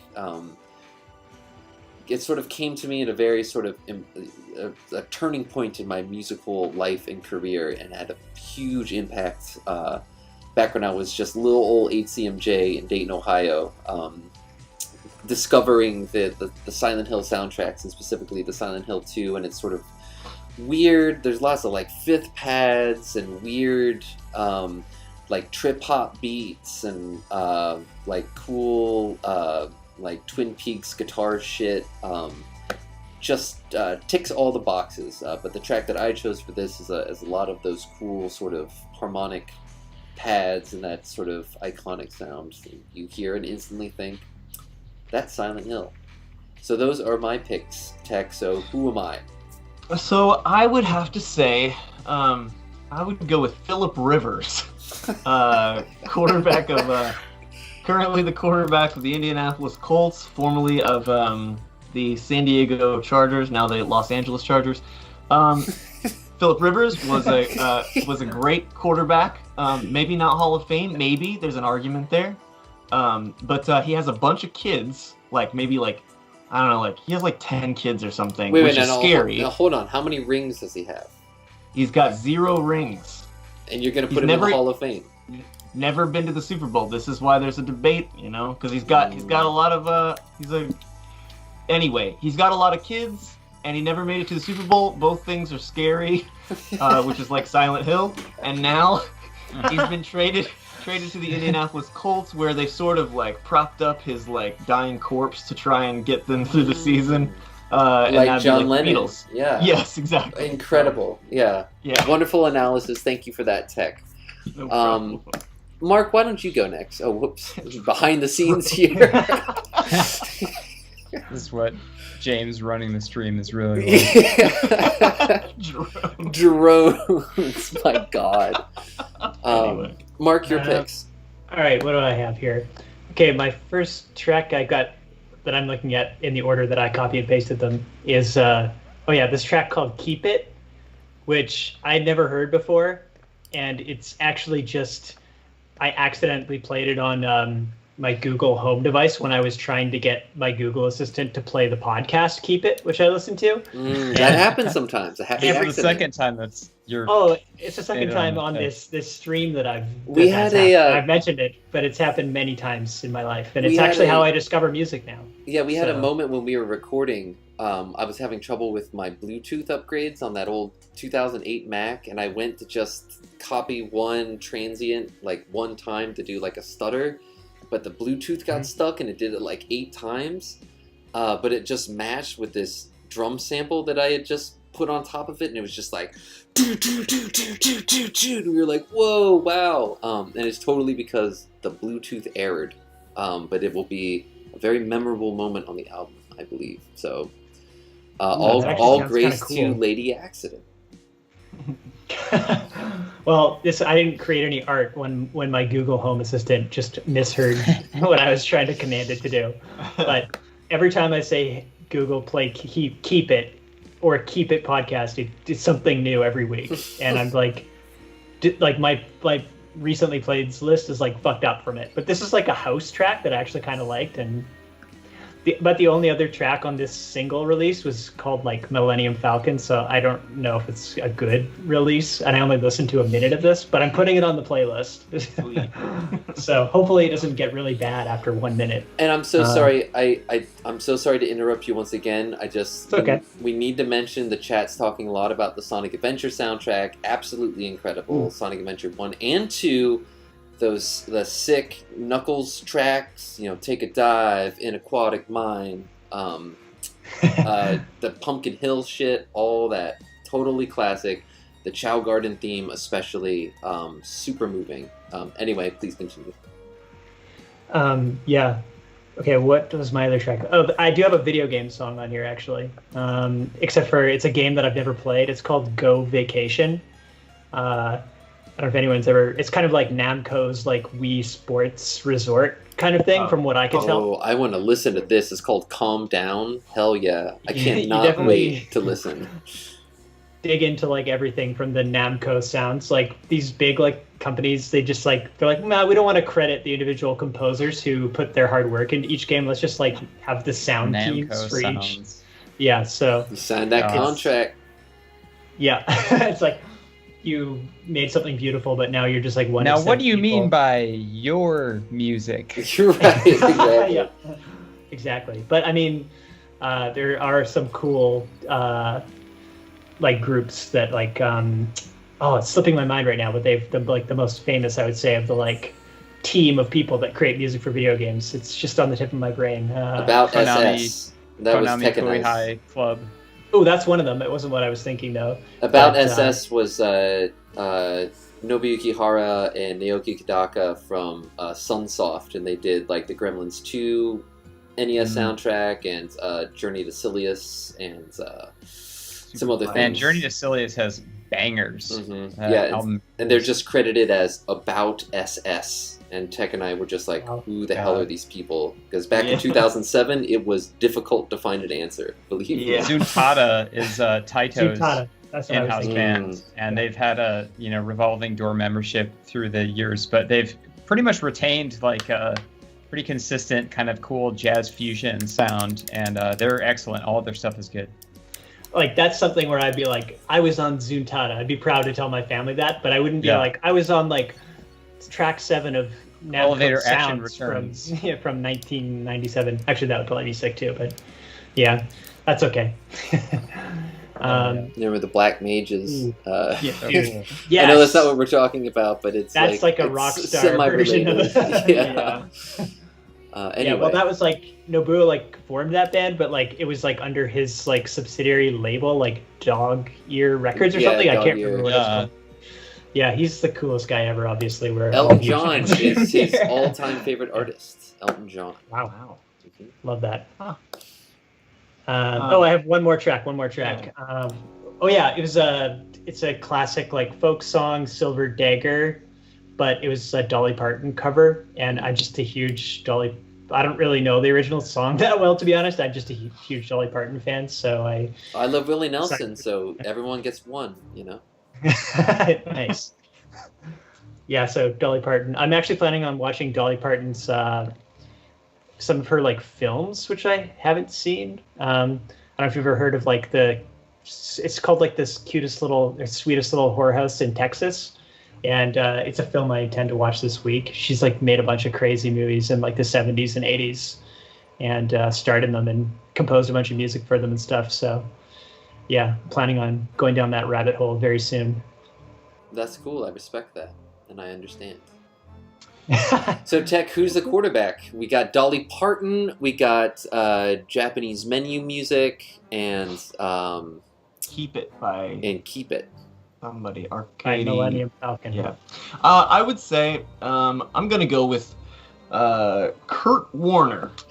Super Bowl MVP Kurt Warner, now retired, has a job as an analyst. I would say he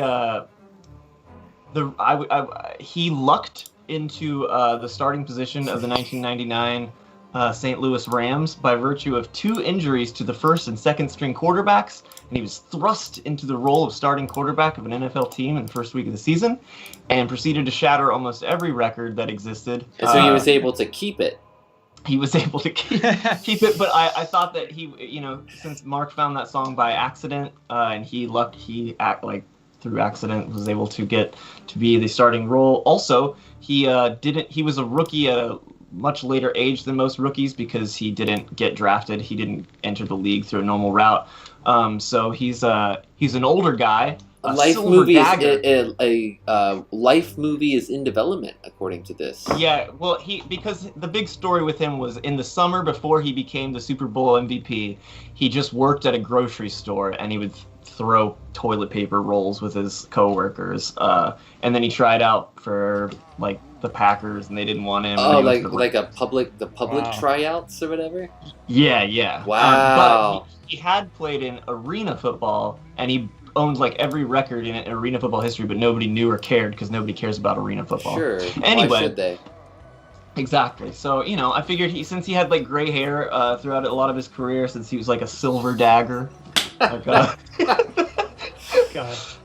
Exquisite. So what's Kevin got?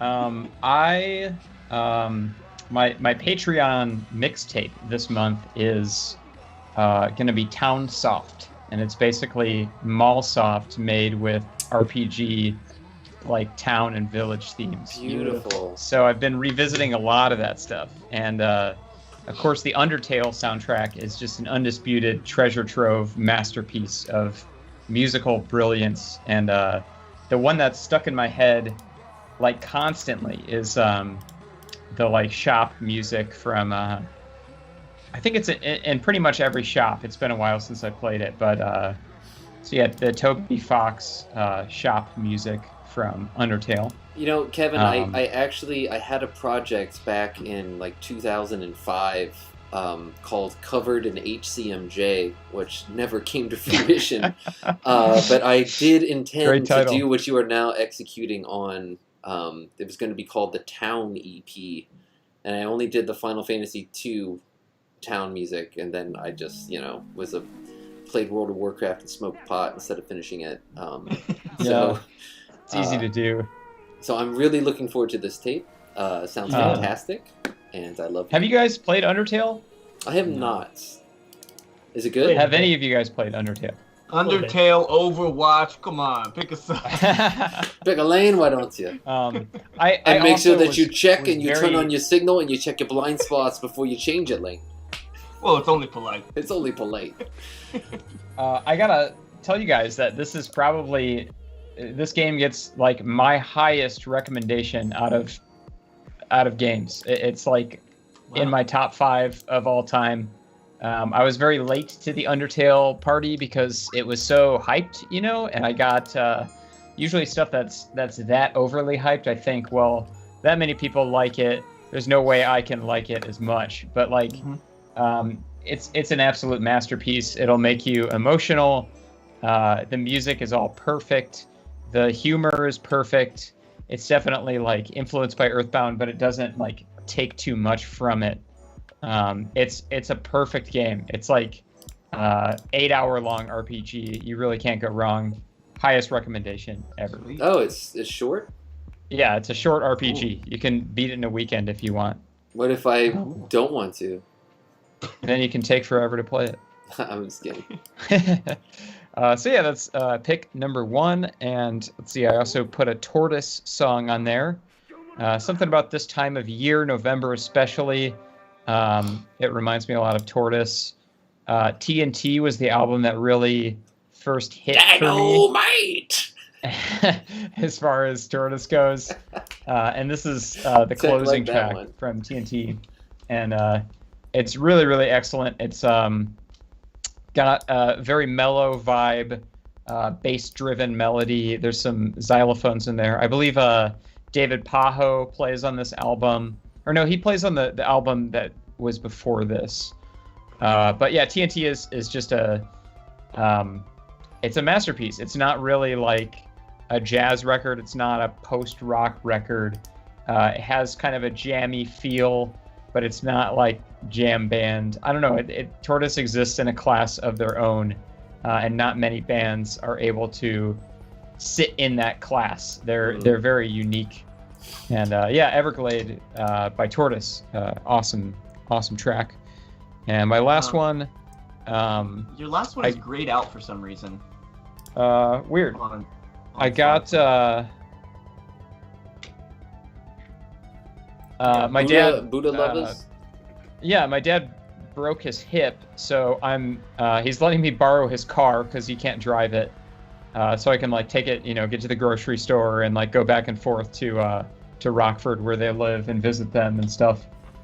So I busted out my it's got a cassette player in the car, so I busted out my cassette collection, and my Bone Thugs and Harmony E1999 Eternal tape was the first one I grabbed, and I listened to the whole album on the highway, and it bangs so hard, it's so good. And Buddha Lovers, it's a classic track.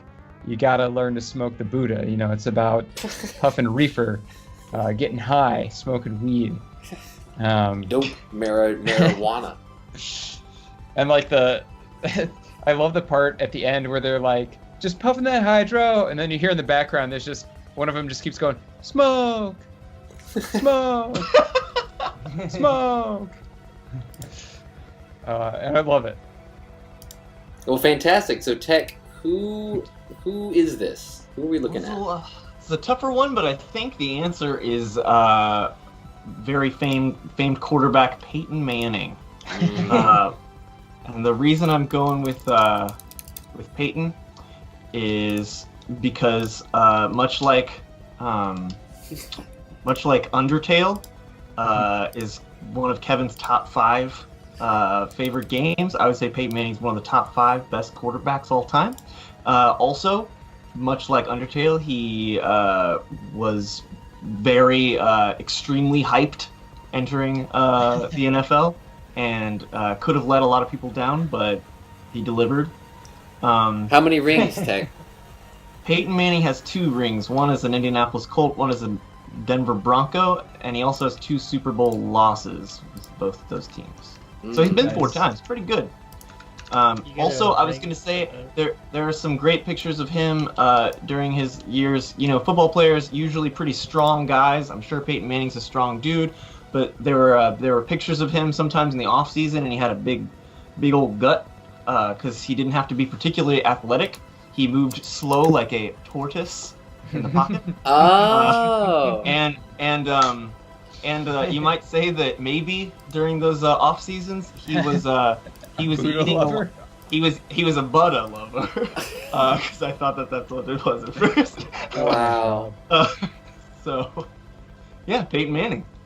So Damn. we got Peyton Manning, Kurt Warner, Phillip Rivers, and look, he's been hit in the head with an iron, like Home Alone here. He did every time he took his helmet off. I guess he had some sort of pad right there that pressed really hard, but it did always look like that. All right. So I think Toby Fox has probably won some awards, so he's kind of like rings, there you sure. East 1999 Eternal has won some sort of sales awards. Probably has gone platinum or maybe triple platinum. There you go. There he is. So Tech. So what are your picks? Can I see Yeah, sure. What did I pick? Oh, I picked. Side. Yeah, I did pick "Side" by Travis, which is Circle very, only has one side. Only has one side. It's got some great lyrics like "Life is both a major and a minor key." It's kind of 2001 Britpop, more Coldplay influenced than Radiohead. Very mild. I knew a guy named Travis once. You knew a guy named Travis once? Is that what you said, Kevin? Yeah. Thanks, man. Thank you. When I see the 4 of us down here and I see green behind us, it's just like, look at us now. We're like flowers in the window. It's such a lovely day, and I'm glad you feel the same. Something out in a crowd. You are 1 in a million. I love you so. Let's watch the flowers grow. Nice. It's a beautiful Vin Diesel song. Mm-hmm. Oh, look at you now, flowers in the window. It's such a lovely day. Actually, I think you put that on there once. I probably did. It's a good jam. Like so yeah, we got "Side" by Travis. We got track 9 from Cream Juice, which is the Orange Milk Boys. Keith and Seth. It's an early Orange Milk album. James, wanna? Spotify. There it is. Before there was Man Feelings, there was self-titled, and OGs will remember.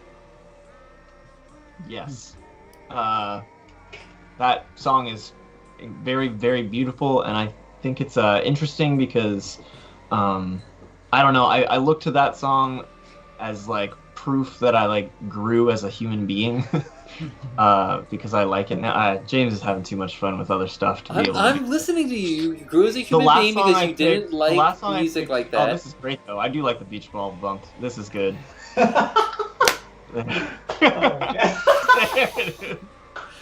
Your turn. Pretty good stuff. Send it to me, Kevin. Oh, come on, QB. Oh no. Oh no, you fumbled it just like in football. That's a just football like term, in right? football. It's Spirit Bomb. All right, and your final track tech was Toby final Fox. Track, oh no, that's not it. Put down towards the bottom. The Perfect Needle by the Telescopes. Oh, nice. Which is I love Taste. really sick shoegaze song. Very graphic. I've got the perfect needle for you. I was really into that about the same time I got into the Silent Hill soundtracks when I worked at Skyline with you, or maybe after. But yeah, I used to jam that album. There is no 13th floor while I was washing dishes, and it was another album that scared the server girls. That always happened. That's a very record store clerk album right there. Taste. Right? Is it? Yeah, I definitely can understand that. So I don't know. Does anybody have any idea what quarterback I might be? So let's see. Side. So maybe let's see. If I can. Boomer Esiason. Because. Boomer Esiason. Because you. Brett Favre. Because a circle only has one side. And he was able to transcend his reputation with the Bungles and become a highly respected commentator. Household name. He was able to cross that line. And he creamed.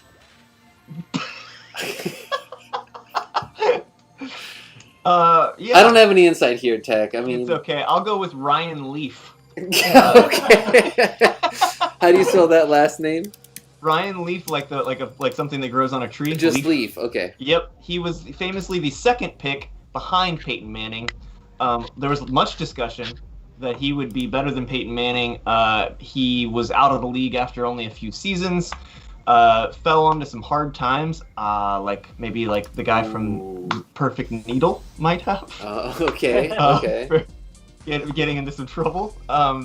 He much like Travis, he appeared to be good, but then it ended up not really being so good. Oh my god. Wow. Cream juice. So. That's the and that's why I needed to rely on you for that sort of analysis, because I mean you asked me to name quarterbacks. I'm gonna say Boomer Esiason. I'm gonna say Peyton Manning. I can't name a single one. That one asshole, Brett Brady. Favre. I'm gonna say who's the guy from the Patriots? Tom Brady. Tom Brady. He's on the Buccaneers now, but Buccaneers, they were my favorite team in Madden. And I would go to my more bro-y friends' houses, and the only video games they would play were Madden. What year was that? Like, I don't know, 2003. Like when I'd hang out with, Matt and his crew. They were one of the, they won a Super Bowl in that era. They had a stellar defense and adequate quarterback play. But Buccaneers, the 1-2 punch of Warwick Dunn and Mike Allstott. I think it's Sean Deppen's favorite team. the Buccaneers, if memory serves. So shout out to my friend from high school. Well, great job. Well, that's a stream, everyone. Thank you so much for joining us. Now, thank you for everyone who donated. Again, all your money helps to fund the next Neo Gaia Fantasy Tour and motion picture, something that we're really looking forward to. And we need to get some more guests on here. It's been a while since we've had a guest, but, life has been coming. It's been a while. Been a while. Life's been coming at everyone pretty hard. So we got Server Shutdown playing right now, which of course samples the piano version of Onward on Our Way from the Final Fantasy VII soundtrack, which I think is a great way to sort of close things out tonight. So thanks everyone in the chat. Thank you for everything. Thanks for tuning in. Thanks Mark for another out of the park home run this week. Beautiful. We love you, Mark. We love Dijon. We love the chat. Until next time.